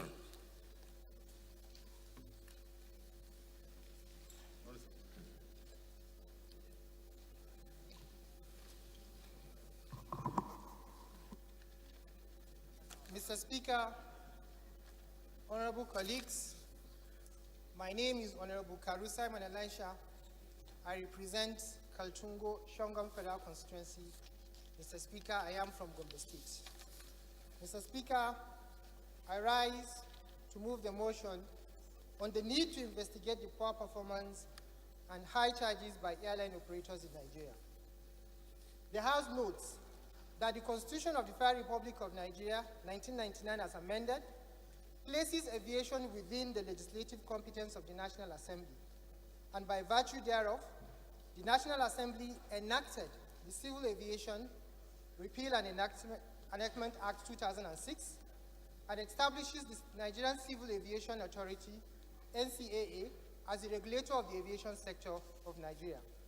The House also notes that the Federal Airports Authority of Nigeria Fund is statutorily charged with the responsibility to manage commercial airports in Nigeria, to provide services to the passenger cargo airlines, and create conducive environment for efficient management of air transport services and promote economic development in the country. The House further notes that the airlines authorities has a duty to provide airline customer assistance and services towards ensuring that passengers get conducive and hospitable environment and getting the right information relating to their bookings and adequate flight schedule, among other duties. The House is also aware of the International Air Transport Association, IATA, Economic Report 2020, which states that the air transport industry in Nigeria, including airlines and its supply chain, are estimated to support $600 million GDP in Nigeria. Despite the enormous potentials of the airline industry in Nigeria, the House is also aware that Nigerians have not enjoyed domestic air travel due to constant delays and cancellations of flights with impunity and change of airline departure and time contrary to regulations of the Nigerian Aviation Authority and in contravention of international aviation standards. Recently, the burden of domestic air travelers in Nigeria has been increased by the sudden 120% increase to local airlines airfares in the country.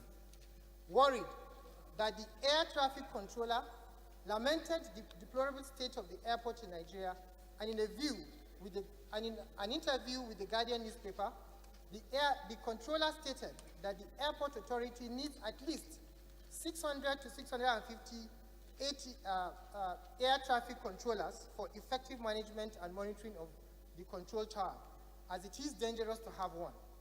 Also worried that the Lagos airport had issues with the automated common user check-in platforms shut down. On the other hand, the foreign airlines are conducting a volume of passenger facilitation by improvising alternative platforms to check in passengers and necessary screening. The system shutdown led to chaotic scenes in all the 4 international airports, Lagos, Abuja, Port Harcourt, and Kano. But it was later learned that the foreign automation company, State Information Technology Agency, SITA's 10-year contract with FAN had expired in May 2021. Concerned that Nigeria has the most expensive price regimes of local airfares, with ticket rates doubled in December 2021, and with an economy class seat, which costs about 33,000, goes for 75,000, and the average return trip for an economy class domestic flight in Nigeria is about 121,000. Cognizant that the welfare and security of the people is the primary purpose of government, and to this end, Parliament enacted the Federal Competition and Consumer Protection Act 2018 to promote fair, efficient, and competitive markets and protect the rights of all Nigerians. Disturbed that despite the mandate of the Federal Competition and Consumer Protection Council, FCCP, Nigerian consumers continue to be exploited by local airline operators, making it imperative for the House to extend its oversight to the aviation industry, particularly on the exorbitant charges by airline operators in Nigeria. Mandates resolved, the House resolved. Mandate the Committee on Aviation and Human Rights to investigate the state of Nigerian airports activities, of airline operators, and coordinating agencies in the aviation sector, and report back to the House within 8 weeks. Mr. Speaker, I so move. Honorable Miller. Thank you.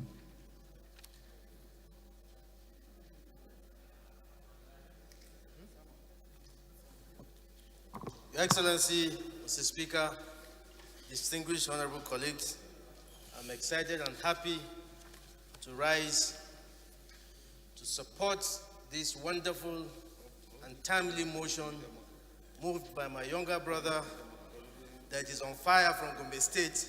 I so second, Mr. Speaker. Thank you very much. That's a very, very good motion. We've all experienced these things, and it's straightforward. I would have loved you to lead the debate, but the time is fast spent, and it's straightforward. The Deputy Speaker, you have an amendment. Mr. Speaker, respected colleague, my name is Ahmed Idris. I represent OASA, Federal Constituency Plateau State.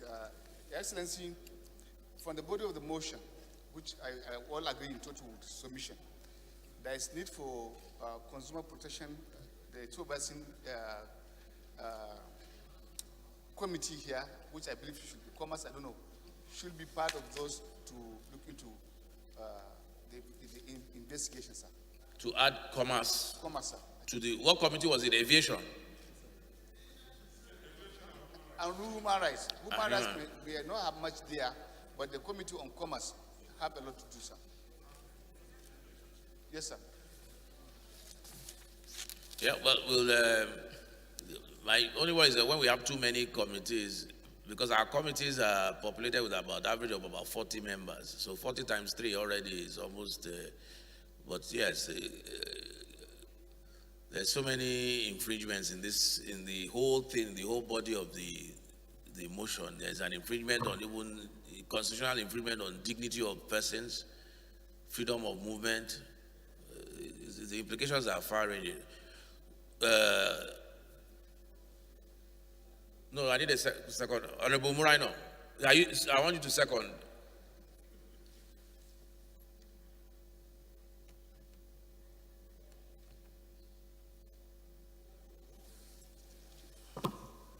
Thank you very much, our Right Honorable Speaker, my honorable colleagues.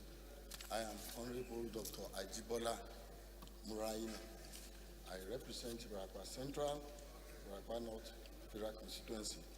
Speaker, my honorable colleagues, I'm from Oyo State. I rise to second the motion ably moved by the Deputy Speaker. I also want to add, sir, that Your Excellency has established a precedent when it comes to several committees. And the precedent we established was that there will be maybe 333 or 222, depending on your discretion, that will form the fulcrum of the investigation. Thank you, sir. Okay. Those in favor, let's put this question first.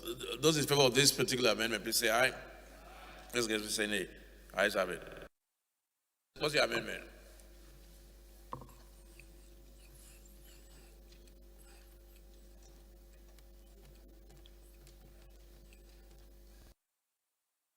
Mr. Speaker, honorable colleagues, my name remains Honorable Babengida Ibrahim, representing Malamfashi, Kafur, Federal Constituency. I'm from Katsina State. Mr. Speaker, honorable colleagues, if you look at the body of the motion and you look at the prayers, there's a need to amend the prayers. Therefore, want to move that the prayers be amended. Mandate the Committee on Aviation, Human Rights, and Commerce as approved earlier to investigate the state of Nigerian airports, high and inconsistent charges of airfare, and persistent delay of passengers by airline operators. These are the areas I want to, because if you look at the body of the motion, the high charges are omitted completely on the prayers, and also persistent delay of passengers also completely omitted on the prayers. So I want to move that persistent and inconsistent high charges be included, and also persistent delay of passengers. So move. Honorable Mani, please second.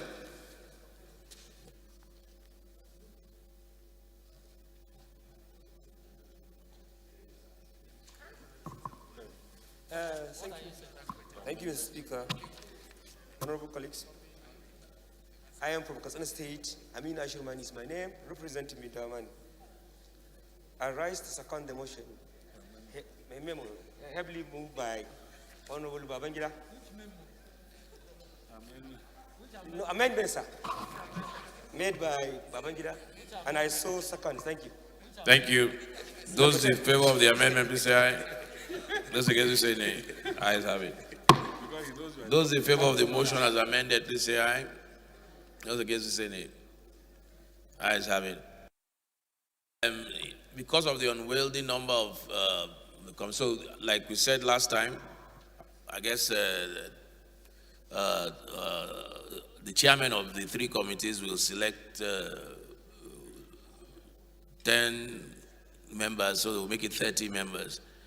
Because it's 10 members from each committee.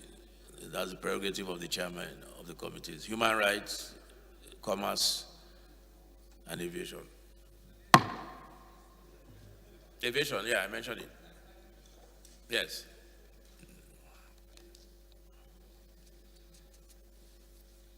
The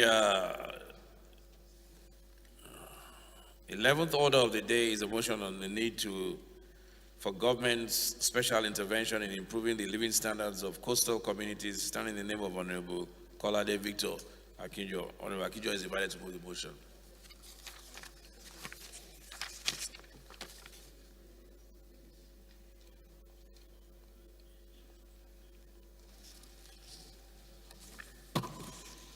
Thank you, Mr.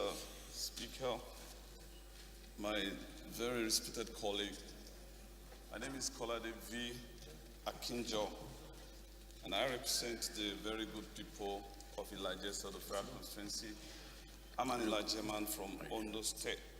I rise patriotically this afternoon to move a motion on the need for the federal government special intervention in improving the living standards of the coastal communities of the Federal Republic of Nigeria. The House notes that by the provision of Section 14(2)(b) Constitution of the Federal Republic of Nigeria 1999 as amended, the welfare and the security of the people is the primary purpose of government, and by Section 14(4) of the Constitution enjoins the state to ensure national integration, foster the sense of belonging and involvement among citizens, to ensure the loyalty to the nation overrides sectional loyalties. Also notes that the Nigerian coastal zone spreads to about 10 coastal states, and namely Akwa Ibom, Bayelsa, Cross River, Delta, Edo, Lagos, Ogun, Ondo, Rivers, Imo. The coastal states, which accounts for about 25% of the nation's populations, are classified into 4 regions from west to east. These: 1, the Barrier Lagoon coast, which lies between Badagry and Ajumo East in Lekki Town. 2, the transgressive mud coast lying between Ajumo and Benin River estuary in the northwestern flank of the Niger Delta. 3, the Niger Delta lying between Benin River in the west and Imo River in the east. And the Strand coast, which is at the Nigerian-Cameroon border in the east and Cross River. Aware that despite Nigeria having an impressive coastline that spreads to about 10 states, the infrastructural decadence in tangential coastal communities is quite alarming. There's thought that despite being surrounded by water, coastal communities in Nigeria do not have access to potable water and are left to use water polluted with saline or crude oil or even human excrement as their source of water, thereby exposing them to diseases such as cholera, diarrhea, to name just a few. Also aware that those communities lack access to basic health care, despite government's construction or establishment of rural health care centers in different wards all over Nigeria.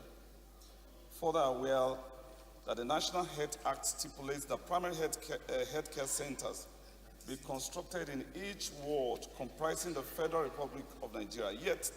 Yet till today, there are no basic health facilities in most all coastal communities in Nigeria, forcing the indigenous and the residents of those coastal communities to travel several kilometers in a bid to access basic healthcare services, making many to lose their lives in the course of search for basic health care.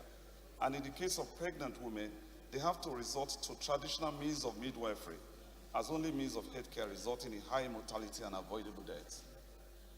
Also disturbed that the growing state of infrastructure deficit in the coastal areas of the Federation manifests with spiral effects on the poor state of the structure of both primary and secondary schools, leaving the schools in an alarming state of disrepair, where students and pupils of respective schools have to sit on bare floors to learn in a non-conducive academic environment.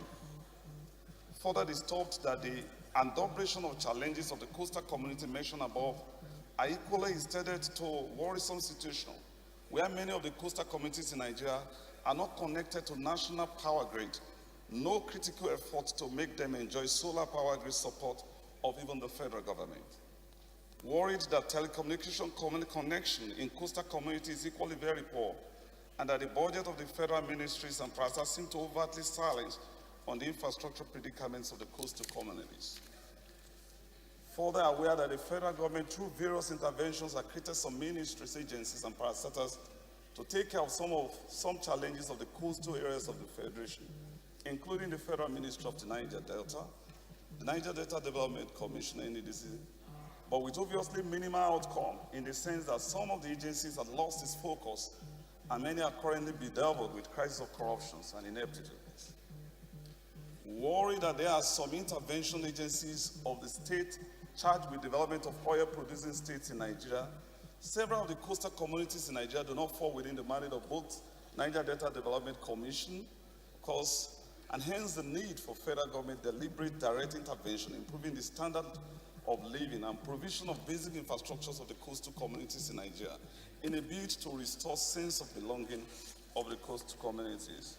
The House do resolve to please declare a state of emergency on the poor state of infrastructures in all the coastal communities in Nigeria. 2, urge the Federal Ministry of Health to ensure the provision of basic primary health services in all the coastal communities, as mentioned. Also urge the Federal Ministry of Water Resources to immediately prioritize the provision of potable water in all coastal communities in Nigeria. And 4, further urge the Federal Ministry of Education, in collaboration with state basic education boards of coastal states, to ensure establishment of standard schools in the coastal communities in order to improve access of the resident of those communities to quality education and help equipping the already existing ones. In 5, again, urge the Federal Ministry of Niger Delta Affairs and the Niger Delta Development Commission, NDDC, to step up infrastructure developmental efforts in coastal communities within their statutory purviews.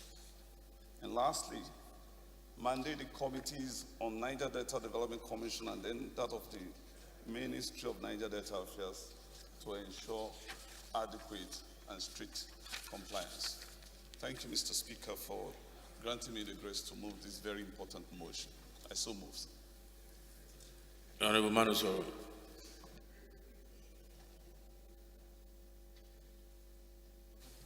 Thank you, Right Honorable Speaker, Honorable colleagues. My name is Mansour Manu Soro, member representing Daros Oganjua Federal Constituency. Mr. Speaker, I rise to second the motion moved by my brother, Honorable Victor P. Akinjo. I so second. Thank you. Those in favor, please say aye. Those against, say nay. Ayes have it. The 12th order of the day is a motion on need to investigate the chronic leakage of West African senior school certificate examination questions and the incessant cancellation of O-level examinations by the West African Examination Council in Nigeria. Standing in the name of Honorable Benjamin Okezie Kalu. Honorable Kalu is invited to move the motion.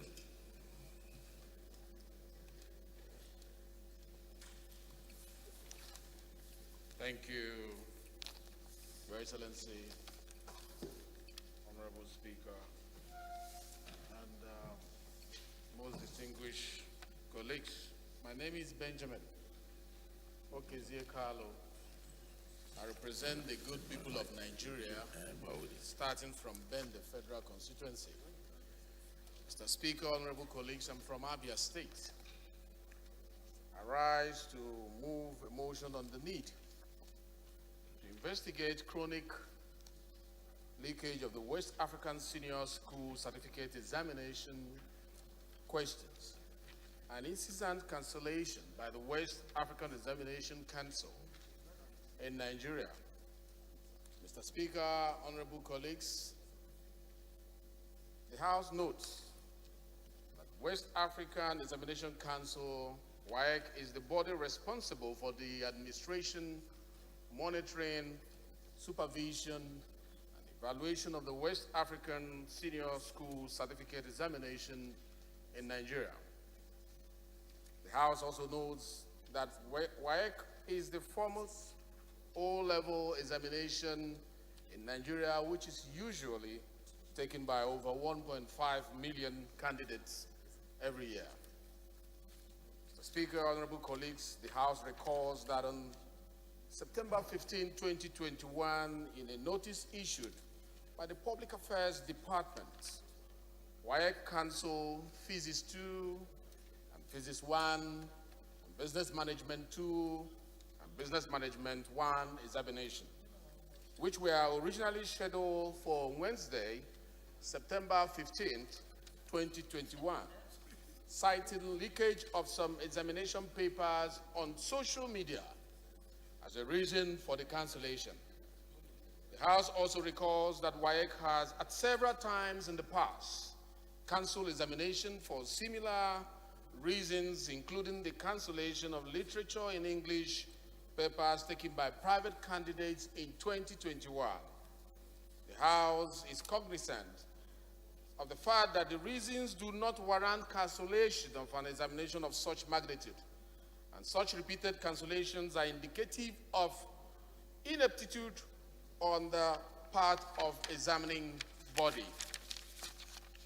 The House is aware that WAEC spends over 1.5 billion naira annually to conduct the West African Senior School Certificate Examination, and according to Argan Patrick, head of WAEC National Office in Nigeria, the organization was operating at a deficit of 7 billion naira. The House is concerned that the cancellation and the subsequent rescheduling of exams by WAEC results in wastage and incurs avoidable expenses to the country, which is already burdened with debt. The House is also concerned that according to the Global Youth Development Index, Nigeria currently ranks 161 out of 181 countries in youth education and employment. The House is worried that if urgent action is not taken to check the inefficiencies of WAEC, improve the security of O-level examination, and ultimately put an end to the incessant cancellation of exams, Nigeria's education system will further deteriorate. The House is cognizant of the mandate of the House of Representatives to check inefficiencies and worthfulness in the executive, which is clearly stated in Section 88 and 89 of the Constitution of the Federal Republic of Nigeria as amended. The House therefore resolves to urge the West African Examination Council, WAEC, to establish more rigorous standards for the administration, monitoring, supervision, and evaluation of O-level examinations in Nigeria. And two, the House mandates the Committee on Basic Education and Services to investigate the incessant leakages of the West African Senior School Certificate Examination question, as well as repeated and unconscionable cancellation of examination by the West African Examination Council in Nigeria, and report back within 4 weeks for further legislative action. I so move, Mr. Speaker. Thank you. Honorable Mani. Thank you, Right Honorable Speaker, respected colleagues. I still remain Aminu Ashurmani, member representing Mindamani. Mr. Speaker, I'm from Katsina State. I rise to second the motion, heavily moved by Benjamin Kalu, Oracle of the House, and I so second. Thank you. Is there anybody that wants to speak against? Yes. Respected colleagues, my name is Ahmed Idris. I represent Wasai Federal Constituency. Your Excellency, I believe this is a house of honor, and we're all bearing the name honorable. And I want us to be honorable in all our actions and be very much intolerant to anything called corruption, malpractice. The House shouldn't tolerate. I appreciate that we should go into investigation. But to say that the reasons issued by WAEC does not warrant or will not warranted the cancellation of those papers. WAEC conducts this examination not only in Nigeria, but the entirety of the West African subregion. I believe these papers that were cancelled in Nigeria were not cancelled in Ghana. They were not cancelled in Sierra Leone. They were not cancelled in any of the countries, but in Nigeria. So the problem is situated within our own region. You pass through WAEC, I pass through WAEC, we all know what it means. And let us not pretend to issues. When now people have decided to abdicate the norms of the society in terms of being honorable, get their F9 and go with honor, it's much better. You have an A1 that you cannot defend. And I would say, sir, with due consciousness, that I have come across people with A1 in subject. By the time you ask them to write, just the subject heading matter, Your Excellency, they can't write. I think we should speak to ourselves. I agree we should investigate and find reasons for this action, but the House shouldn't tolerate. It's just the words that were used here. They should not tolerate, and we should not tolerate. Thank you very much, sir. So does that mean an amendment to any of the prayers is okay? Body, okay. Honorable Honorable Speaker, honorable members, my name is Mohamed Tair Munguno. I represent Martin Munguno, Ganze Federal Consortium of Borno State. I think, Mr. Speaker, the submissions made by the Deputy Speaker ab initio does not even arise, because all the submissions made by the sponsor of the motion goes to no issue. It goes to no issue in the sense that it was done in breach of our rules, which is Order 9.4. Order 9.4 is very clear, unambiguous, and the operative word there is shall, which connotes that it is mandatory. Subject to your permission, I will read. It states, members should not cross the floor of the House unnecessarily or sit in a place allotted to any other member. He made his submissions in a seat that was allotted to the Speaker. That is not his seat. So all the submissions that he made goes to no issue. It is an exercise in futility, or you can call it an academic exercise, and therefore it should not go to no issue. Goes to no issue, and ab initio, he has not made any submissions, sir. I said, Mr. Speaker, the operative word here is shall. There is no discretion. There is no discretion, it's shall. Yes. But yes, I agree with you. But at the same time, a point of order needs to be made timeously. Not when the horse has left the stable. He has submitted, he has debated, he has moved the motion, so whilst I totally agree with you on the provisions of our rules, but the timing of the objection is a bit late. Or do you want to come back and move your motion from that seat? So, that'll be double. But you get the point. No. What I'm saying is that you want to move from your rightful seat. But no, I was just joking. But you get the point the whip has made.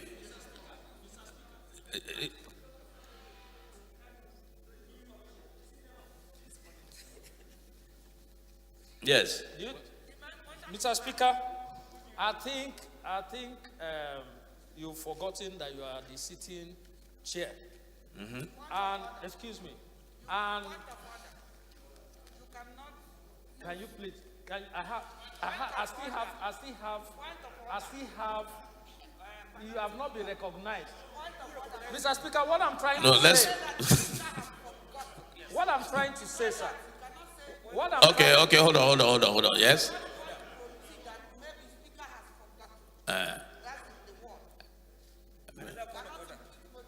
I have not even completed my statement. I have not completed my statement. Deputy Whip. Deputy Whip, I have not completed. So the deputy whip misunderstood you. Yes, exactly. Okay. Exactly. So you were no. You see, this is why we will not give them 35%. We will never give them. Never. I will never support them. So, but she has made the point, and he has said that was not what he was saying. So you are correct, but he has defended himself. What I was trying to say, sir. Yes. Haven't recognized anybody to speak on the floor has made it implied that we have suspended the rule based on the chair. Based on the chair. If you wanted otherwise, when he stood up to move, you could have ordered him to go back to his seat. But the moment you had accepted that he sits there is at your discretion. Yes. To ask him to stay anywhere. You remember that this thing was also taken. Somebody else wanted to second the motion and he said he's not on his seat. And you told the person, I am giving you the order, the permission to sit, to speak to me through that seat. So you cannot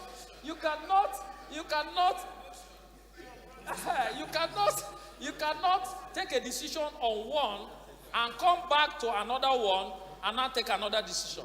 Mr. Speaker, you have already recognized him, and based on the rule of the House, it is at your own discretion to decide. And you took that decision. Yes, Deputy Leader. Thank you, Mr. Speaker. My dear colleagues,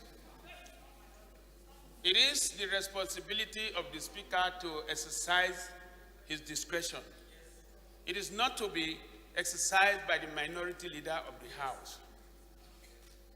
My dear colleagues, I want to appeal to Mr. Speaker that what is wrong is wrong. The observation of the Chief Whip of the House is that you cannot place something on nothing.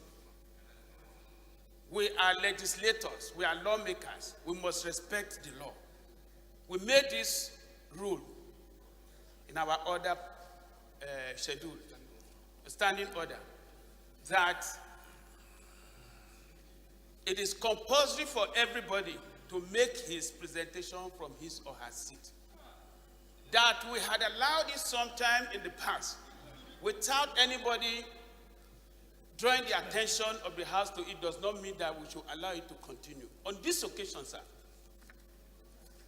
the Chief Whip has very succinctly presented a case which shows that whoever had done it in the time past did something wrong, and that we should not allow this one that has happened, which he has made very clear to everybody. Mr. Speaker, sir, I am of the opinion, sir, that we should take this as a precedent and begin to act on it. Otherwise, we will continue to allow, the violation of the laws and orders that we made for the running of the House. We are the people that came together to put those, orders in proper documentation for the management of our activities in this House. So if we begin to violate them, even when attention has been drawn to it, I'm sure that with time, we would not be able to conduct the activities of this House properly. Let us not violate this one. I am appealing, Mr. Speaker. This is no joke. Thank you. Okay. I agree with the Chief Whip. I also agree with the Deputy Leader about the point of order that has been raised. But Deputy Leader, go to page 49 and read Order 9, Rule 2.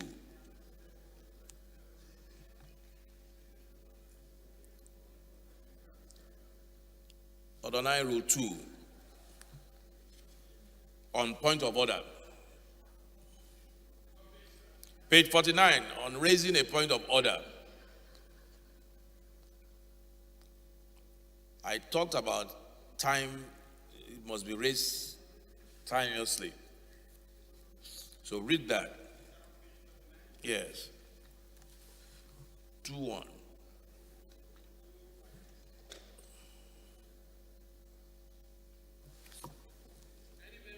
Hold on, let me get your mic. Okay. Any member deviating from the provisions of these rules or the Constitution may be immediately called to order by the Speaker or the Chairman, or by a member rising to a point of order. So that's member enough. rising to a point of order, sorry? That's enough. The operative word I wanted you to do was immediately. Maybe immediately. That was not immediate. That was after all the submissions have been made. Seconded, motion seconded, blah, blah, blah. So the point of order was correct, but the timing of the point of order is what the leeway I'm trying to give. I'm trying to hide behind that. Immediately. There's a meaning to the word immediately. Do you understand? So, but it was not done immediately. I was thinking that immediately then means that the debate, why the debate is still on. I was about to put the question. Which means it was not over, sir. It was not yet over, sir, when it was observed. No, so it was, the point of order I asked you to read, it was don't say the issue in debate. The words were chosen carefully. It should have said during the debate a point of order. He said immediately. Immediately it occurred to him. Okay, all right. Who is the custodian of the rules here? Who is the interpreter of the rules? Okay. But I get no. But in all fairness, I'm just trying to help. Please don't help him, sir. No. It's okay. Because the alternative, if we want to go strictly by what he said, the alternative will be for him to move his motion again. Legislative time. So you have to balance these things. Legislative time, because we cannot shut him out. He's already on the other paper. We cannot shut him out. He will have to start all over again now where he is. So which one should we do? Yes.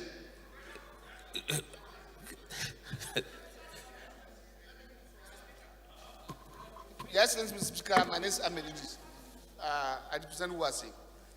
You are on course, sir, as far as my judgment is concerned. 2, because of COVID protocol, the point of order raised by Monguno may not be strictly obeyed.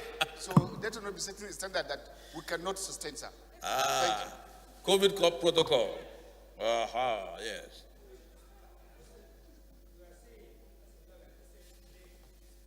What is Honorable Mani saying? Sir. What is the order? Point of No, order. additional Which information. Order? I'm saying. Which order? Keep quiet. Mr. Speaker. I'm trying to contribute, Mr. Speaker, saying that. Okay, what is the yes? As a lawyer, they made mention of what? Hold on, let's hear him out. Yeah. Mr. Speaker, they said delay the fiscal equity even in law. As a lawyer, they say delay the fiscal equity even in law. So the time has already passed, so that you can't go back. Okay. Thank you, sir. So yeah. Honorable Ataka, what do you have to say to the Honorable Ataka? Honorable Ataka, what's your opinion?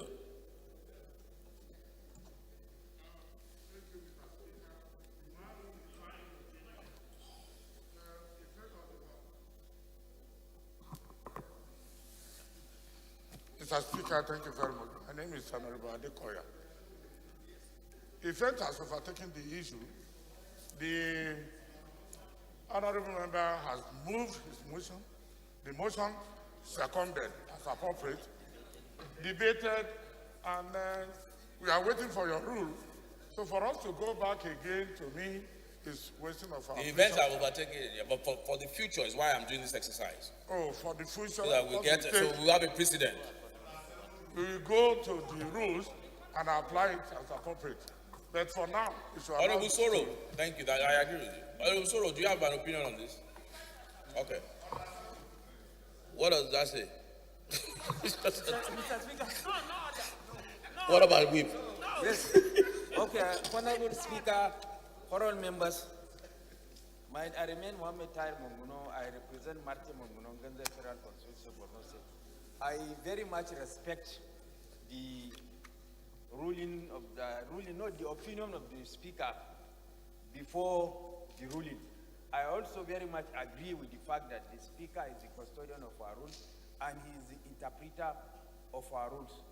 Once he pronounces or interprets, then it has the effect of finality.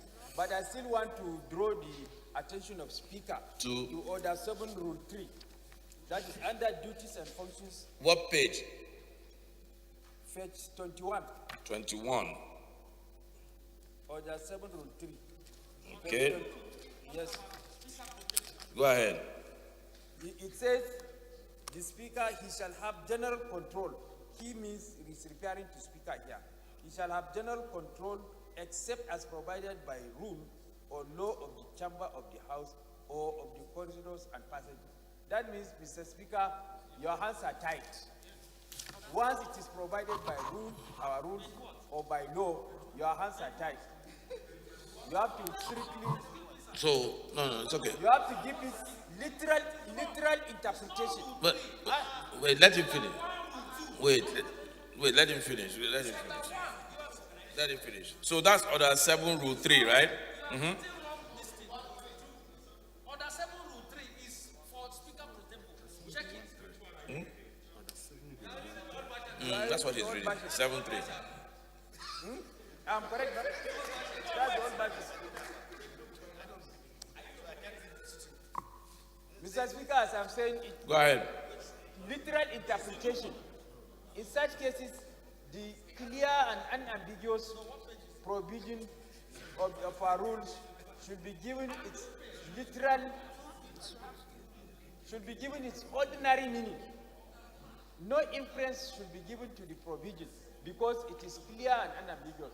Literal interpretation should be given to it, not liberal interpretation. Because as per this provision, your hands are tied.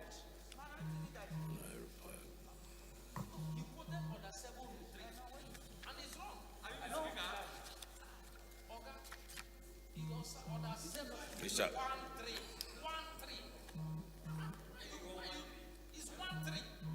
As I'm quoting from Is it not page 21? It's page 21. Simple. No, it's a page. Listen, don't misguide the house. Hold on, please. No.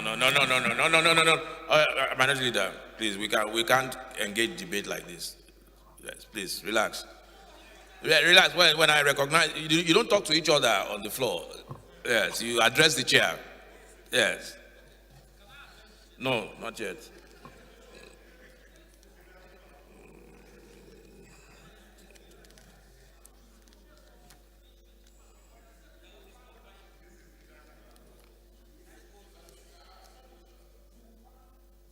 You actually, no, this is misconduct. You can sit with her and whisper to her. You're disturbing the house. So,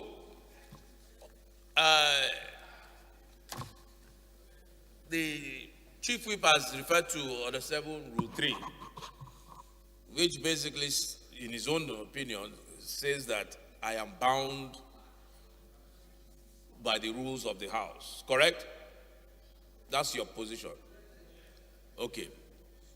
Now, the rules of the House have three components. Minority Leader, please, let us get this matter. You made your point.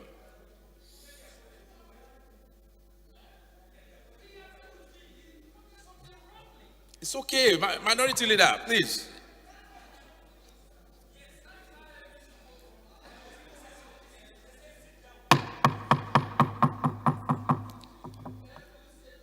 I want for the future, Chief Whip, I want for the future that Order 7, Rule 3, for us to, this is the way it's interpreted. on the face of it, you may be correct when it says, whatever he says that you are bound by the rules. But the question is that, what are the rules? The rules of the House have three components. Three. The express rules that is written. The implied rules that is unwritten. And privileges that is not even written. All those things make up the rules. And by the implied but not express provisions of the rules, I am at liberty to interpret the rules the way I've interpreted the rules, and to even suspend the rules by practice, by implied whatever, or by express provisions. Now, what do you do in a situation? That's the only practical way to look at rules. What do you do in a situation like the DS has referred to, where we have COVID protocol, where members now can no longer sit on their seats? If we are going to give the rules a strict interpretation of only what is written, then it's going to be difficult for us. I have assumed and used the implied, what is implied in the rules, which allows us to sit the way we are sitting. We cannot conform strictly with the sitting position. So, point taken, I don't know why, I was not listening to the minority leader because he was totally out of order, even though he was right. Yelling, shouting, screaming, talking to across, no. So, please. Yes, thank you very much. So we put what, minority leader, what's your point of order? Yes.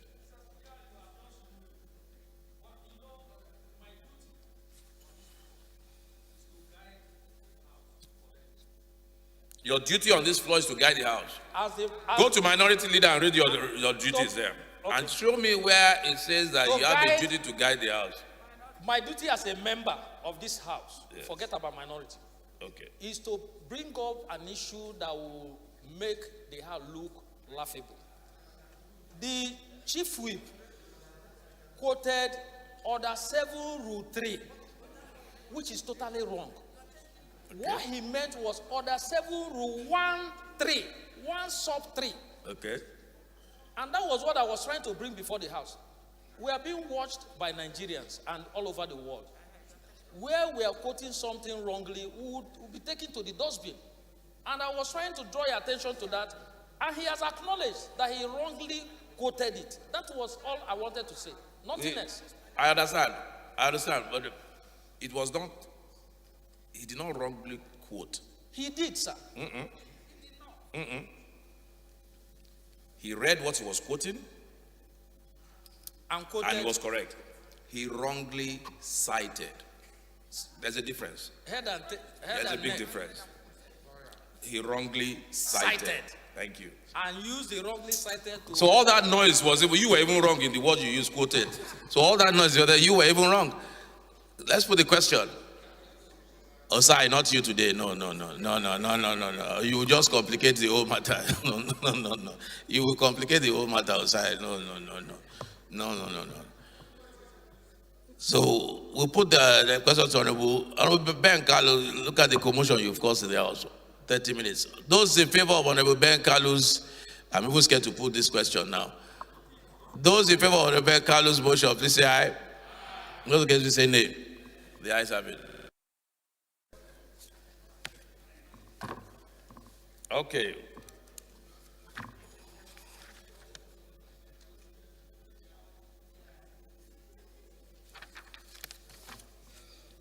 The 13th order of the day is consideration of a bill for an act to establish Federal Polytechnic, Shandam Plateau State, to provide for equity and access to tertiary education in the country, make compulsory provisions for due management and administration, and for related matters.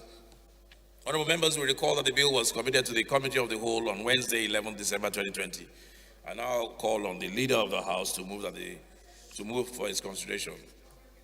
Deputy Leader.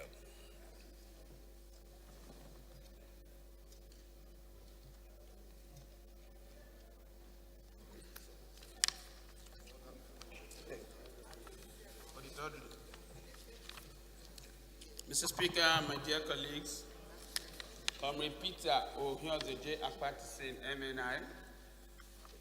I represent the great people of Akoko Edo Federal Constituency, and I am from Edo State. Mr. Speaker,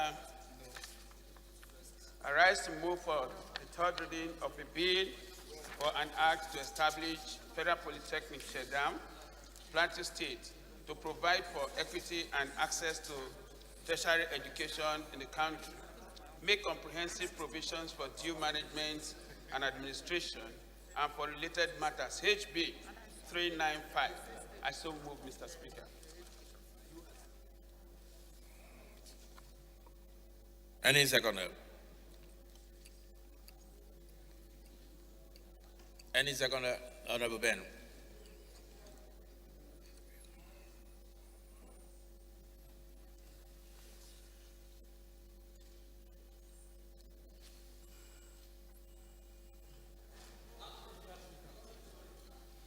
Thank you, Mr. Speaker, honorable colleagues. I remain Benjamin Okezie Carlo. I represent the good people of Nigeria, starting from Ben, the Federal Constituency. Mr. Speaker, honorable colleagues, I'm from Abia State. I rise to second the motion ably moved by the acting majority leader of the House today, the deputy majority leader. I so second.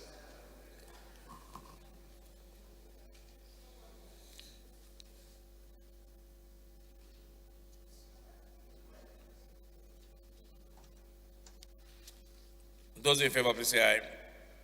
Those against, say nay. Ayes have it. The 14th order of the day is consideration of a bill for an act to repeal the National Primary Healthcare Development Agency Act Cap N69 Laws of the Federation of Nigeria 2004 and enact the National Primary Healthcare Development Agency Bill to provide for the definition and component of primary healthcare in Nigeria and for related matters. Honorable members will recall that the bill was committed to the Committee of the Whole on Tuesday, February 8, 2022. The leader will move for its consideration. Leader.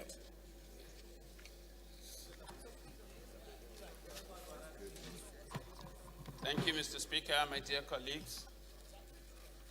Mr. Speaker, I move that a bill for an act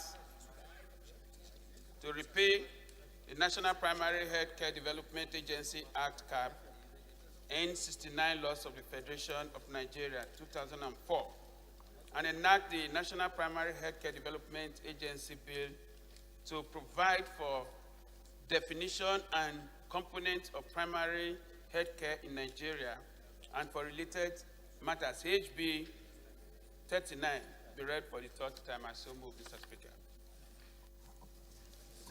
Honorable Osai, please second. Sorry, Mr. Speaker. It is meant for the consideration of the House.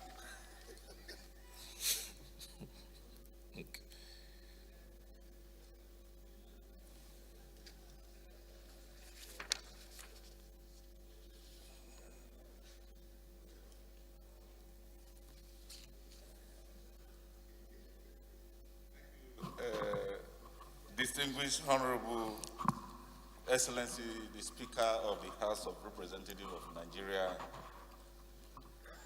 I, Honorable Osai Nicholas Osai, representing the good people of Ndoko Okwani Federal Constituency, diligently second the motion as moved with all its content by the Deputy Leader of the House. Thank you for that powerful secondment. Those in favor, please say aye. Those against, please say nay. Ayes have it. Of a bill for an act to establish the Federal College of Education Technical in Abia State to provide full-time courses, teaching, instructions, and training in technology, applied sciences, arts, social sciences, humanities, and management, and for related matters. Honorable members will recall that the bill was committed to the Committee of the Whole on Wednesday, 1st July 2020, and I invite Honorable Aminu Suleiman to move for its consideration. Mr. Speaker, Honorable Aminu Goro has not been on the floor. We've been listing this bill, and consistently has not been around to move the bill. And the owner of the bill, our deputy minority leader, deputy whip, has been urging him to come and listen. In the absence of the chairman, I crave the indulgence of the House to suspend the rules to enable me move the motion for the consideration of this bill so that it doesn't get delayed unnecessarily. I so move, Mr. Speaker. Okay, I just wanted to, this is a good example. Chief Whip, is there anything in our rules that allows him to do what he wants to do, to move for somebody else? Is there anything written in our rules? Well, there is no clear and express. There you go, that's my point. Clear provision in our rules that allows him to do that. Yes. But because of the doctrine of necessity, we can invoke the doctrine of necessity for him to do it. So my point is that and our rules... And that allows you to also do it. The point I made earlier was that our rules are not just what is written. It's also what is also implied and the spirit behind the rules. Yes. That was my point, which is exactly what is about to happen now. As the Speaker pleases. Yeah. Thank you, Mr. Speaker, honorable colleagues. I am Abubakar Samfulata. I represent Berniwa, Krika Sama, Guri Federal Constituency, Mr. Speaker, from the Gulf State. Mr. Speaker, honorable colleagues, I move that the House to consider the report on a bill, on a vote of the Committee on Tertiary Education and Services on a bill for an act to establish Federal College of Education Technical, Omwai Chi, Abia State, to provide full-time courses, training, full-time courses, teaching, instruction and training in technology, applied science, arts, social science, humanities, and management, and for related matters, HB 724, and approve the recommendation therein. I so move, Mr. Speaker. Honorable Jaga, please second.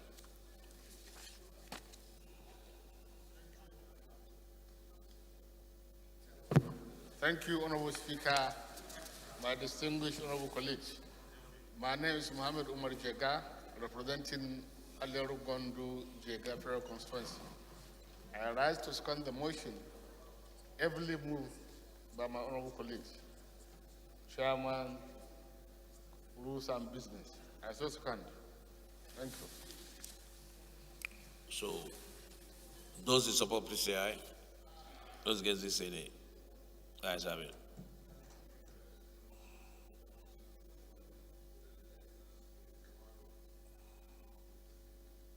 Honorable, the House Leader can move that the House resolve to the Committee of the Whole.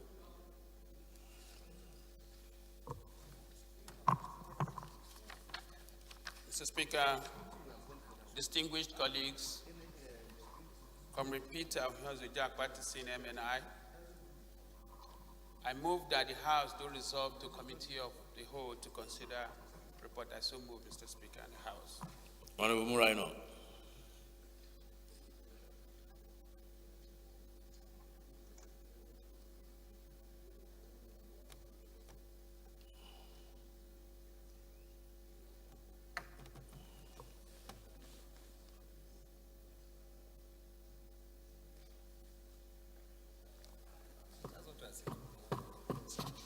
Thank you very much, our Right Honorable Speaker, honorable colleagues. I remain Honorable Dr. Ajibola Muraino. I represent Barapa Central, Barapa North Federal Constituency. Mr. Speaker, my honorable colleagues, I'm from Oyo State. I rise to second the motion ably moved by the Deputy Majority Leader that the House refers back to plenary to consider reports. To the Committee of the Whole. Yes, that the House refers to the Committee of the Whole will consider the report.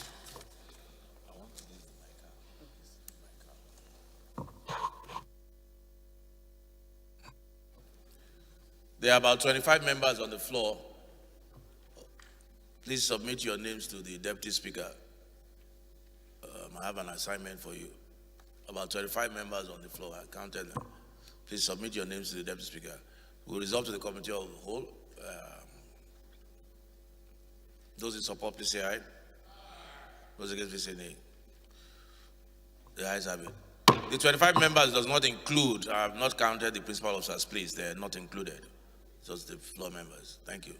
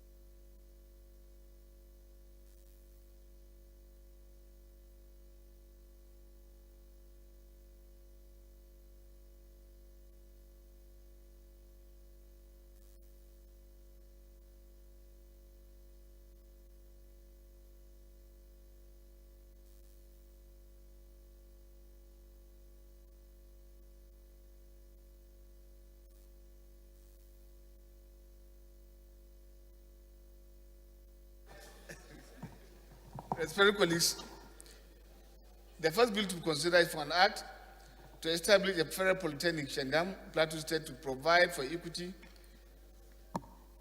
and access to tertiary education in the country, make comprehensive provisions for due management and administration, and for I now invite the leader to give the synopsis of the bill.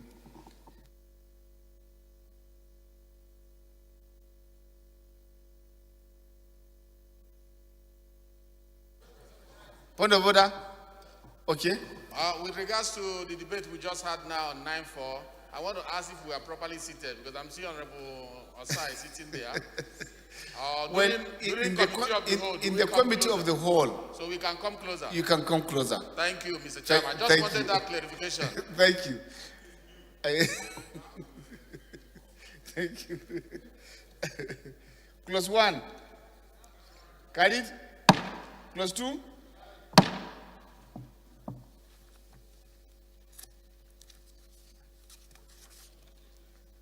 Yes, sir. Observation?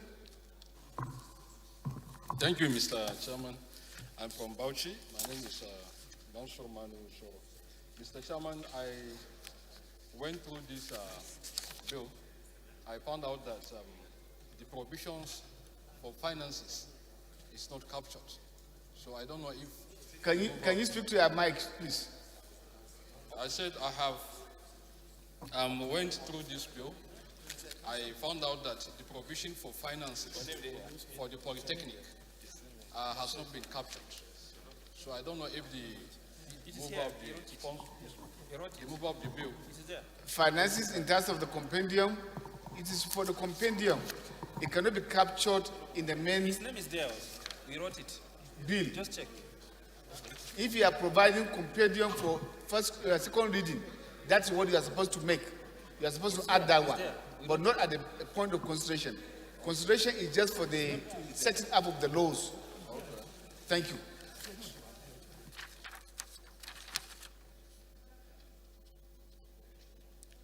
Clause 3, carried. Clause 4.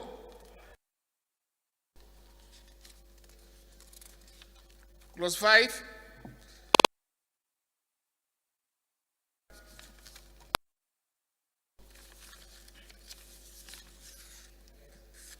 Clause 8.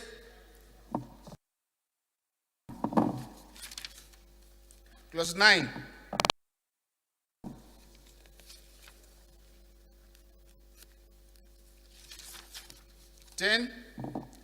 Clause 11.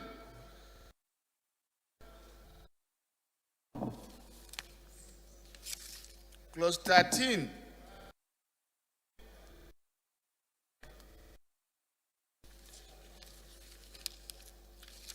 Clause 16.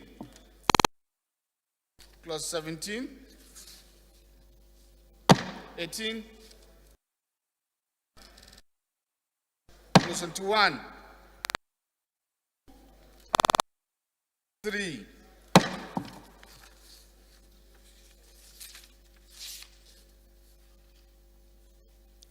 Clause 24.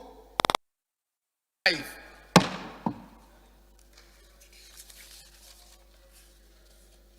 Clause 26. The schedules.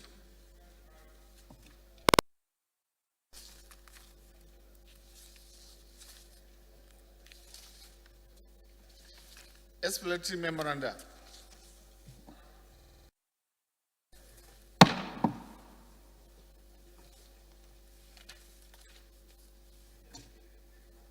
My respected colleagues, the second bill to consider is for an act to repeal the National Primary Healthcare Development Agency Act, CAP N69, Laws of the Federation of Nigeria 2004, and enact the National Primary Healthcare Development Agency Bill to provide for definition and component of primary healthcare in Nigeria and for related matters. Now I invite the leader to give the synopsis.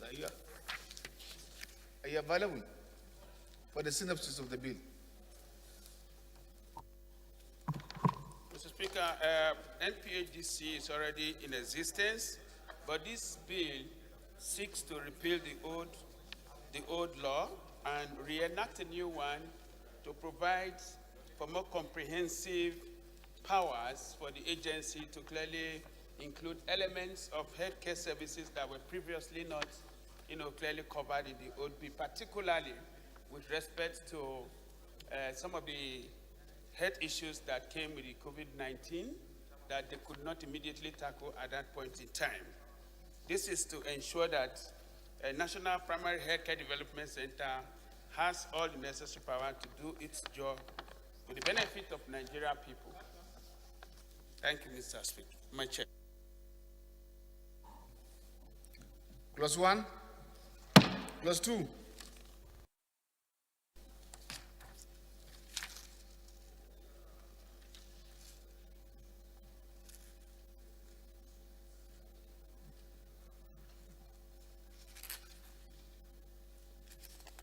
Sununu is not here.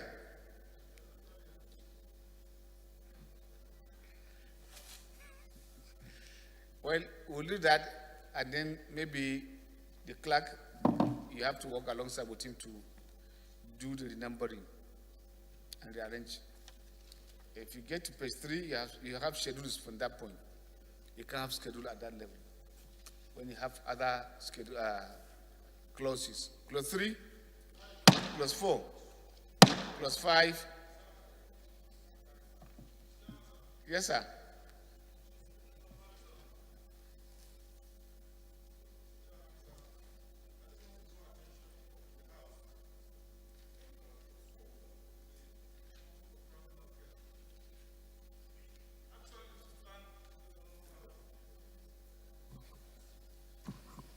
I remain Honorable Balara Shurif Kakali, a member representing Botenga and Gashun Curator from Sokoto Provincial. Mr. Chairman, sir, I really thank this Honorable House and, of course, the committee for doing due diligence on behalf of Nigerians to give this new act of the National Primary Health Care. And also draw attention of members here who are representatives of our people. Then the functions now, almost 14 of them that have been spelled out. What is very important there is the inclusion of constant supply of electricity in our primary healthcare centers. That members should know when we go back to our local governments that now electricity is the component, and also oral health and mental health. I don't understand the concern you are showing. Sir? I don't understand the concern you are showing. No, sir, it's not concern. I say it's explanation with your permission. No, that you don't, it's not, that's no point for explanation. Okay. But you know that there cannot be a functional, effective primary health care delivery if there's no supply of electricity. Yes, sir, in the affirmative. I'm thanking the House for including it. Wasn't there before. It's in this new amendment, sir. I'm so happy, and I'm thanking the House and your leadership, sir. Thank you. So you want to say... I want to, it's just for emphasis. Let people know. Thank you. Grateful. Clause 5. Clause 6.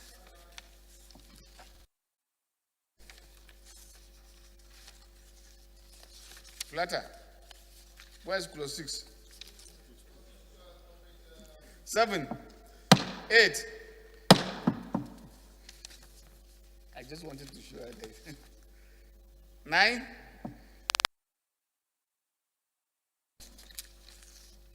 Clause 11. Clause 12.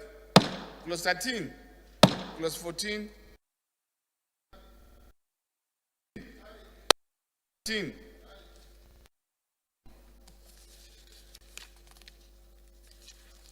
Clause 18.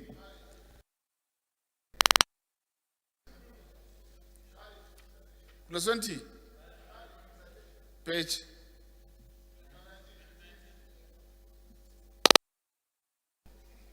The schedule. Long title.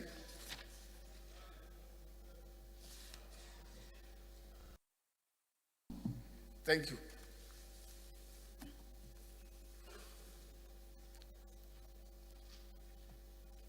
We are not there? Okay. The last one. The third bill to be considered for an act to establish Federal College of Education, technically, Umochi, Abia State, to provide full-time courses, teaching, instruction, and training in technology, applied sciences, arts, social sciences, humanities, and management and political matters. And I invite Honorable Aminu in his absence. Any need for the synopsis? Chairman, this bill seeks to expand the number of tertiary institutions with a view to giving a number of secondary school leavers access to quality technical education. If passed, it will go in a long way in giving admissions to a number of secondary school graduates seeking admission into institutions of higher learning. I urge honorable members to pass this bill. Thank you very much. Thank you. Clause 1, clause 2, clause 3, clause 5, clause 6.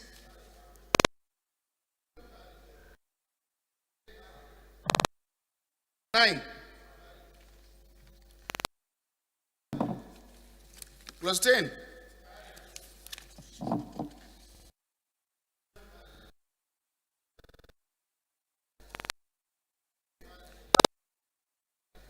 Clause 16.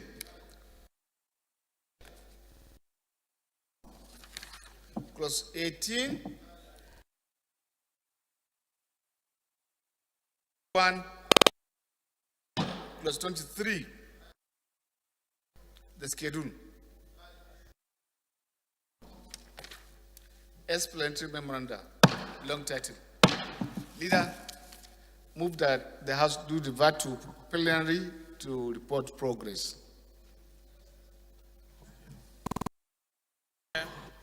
My dear colleagues, I move that this House do revert to plenary to report progress. Mr. Chair, I so move. Honorable Chairman, honorable members, my name is Mohamed Tair Monguno. I represent Marche Monguno, Ganze Federal Constituency of Borno State. I second the motion that the House do revert to plenary to report progress. Those in favor of the motion say aye. Aye. Against say nay. That's it. To revert to plenary to report progress.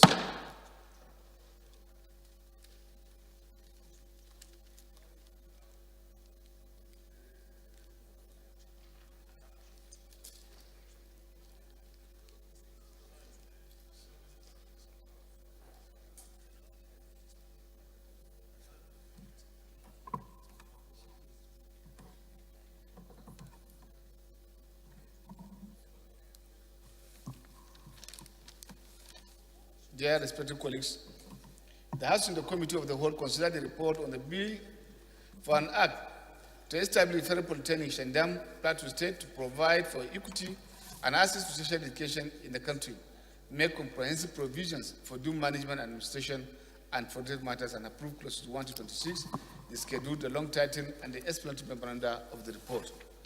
Respected colleagues, the House and the Committee of the Whole consider the report of a bill for an act to repeal the National Primary Healthcare Development Agency Act, CAP N69 Laws Regulation of Nigeria 2004, and enact the National Primary Healthcare Development Agency Bill to provide for definition and component of primary healthcare in Nigeria and for related matters, approved clauses 1 to 20, the schedule is the long title of the report.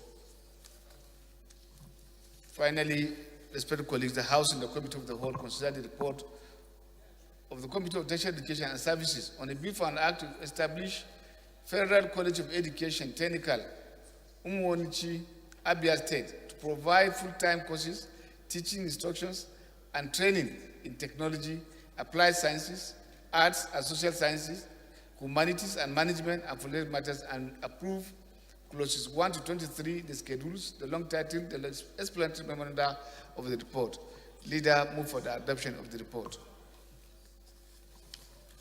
Mr. Speaker, distinguished colleagues, I am Comrade Peter Umhiozoje Akpatasin, MNI, from Edo State, south of Nigeria.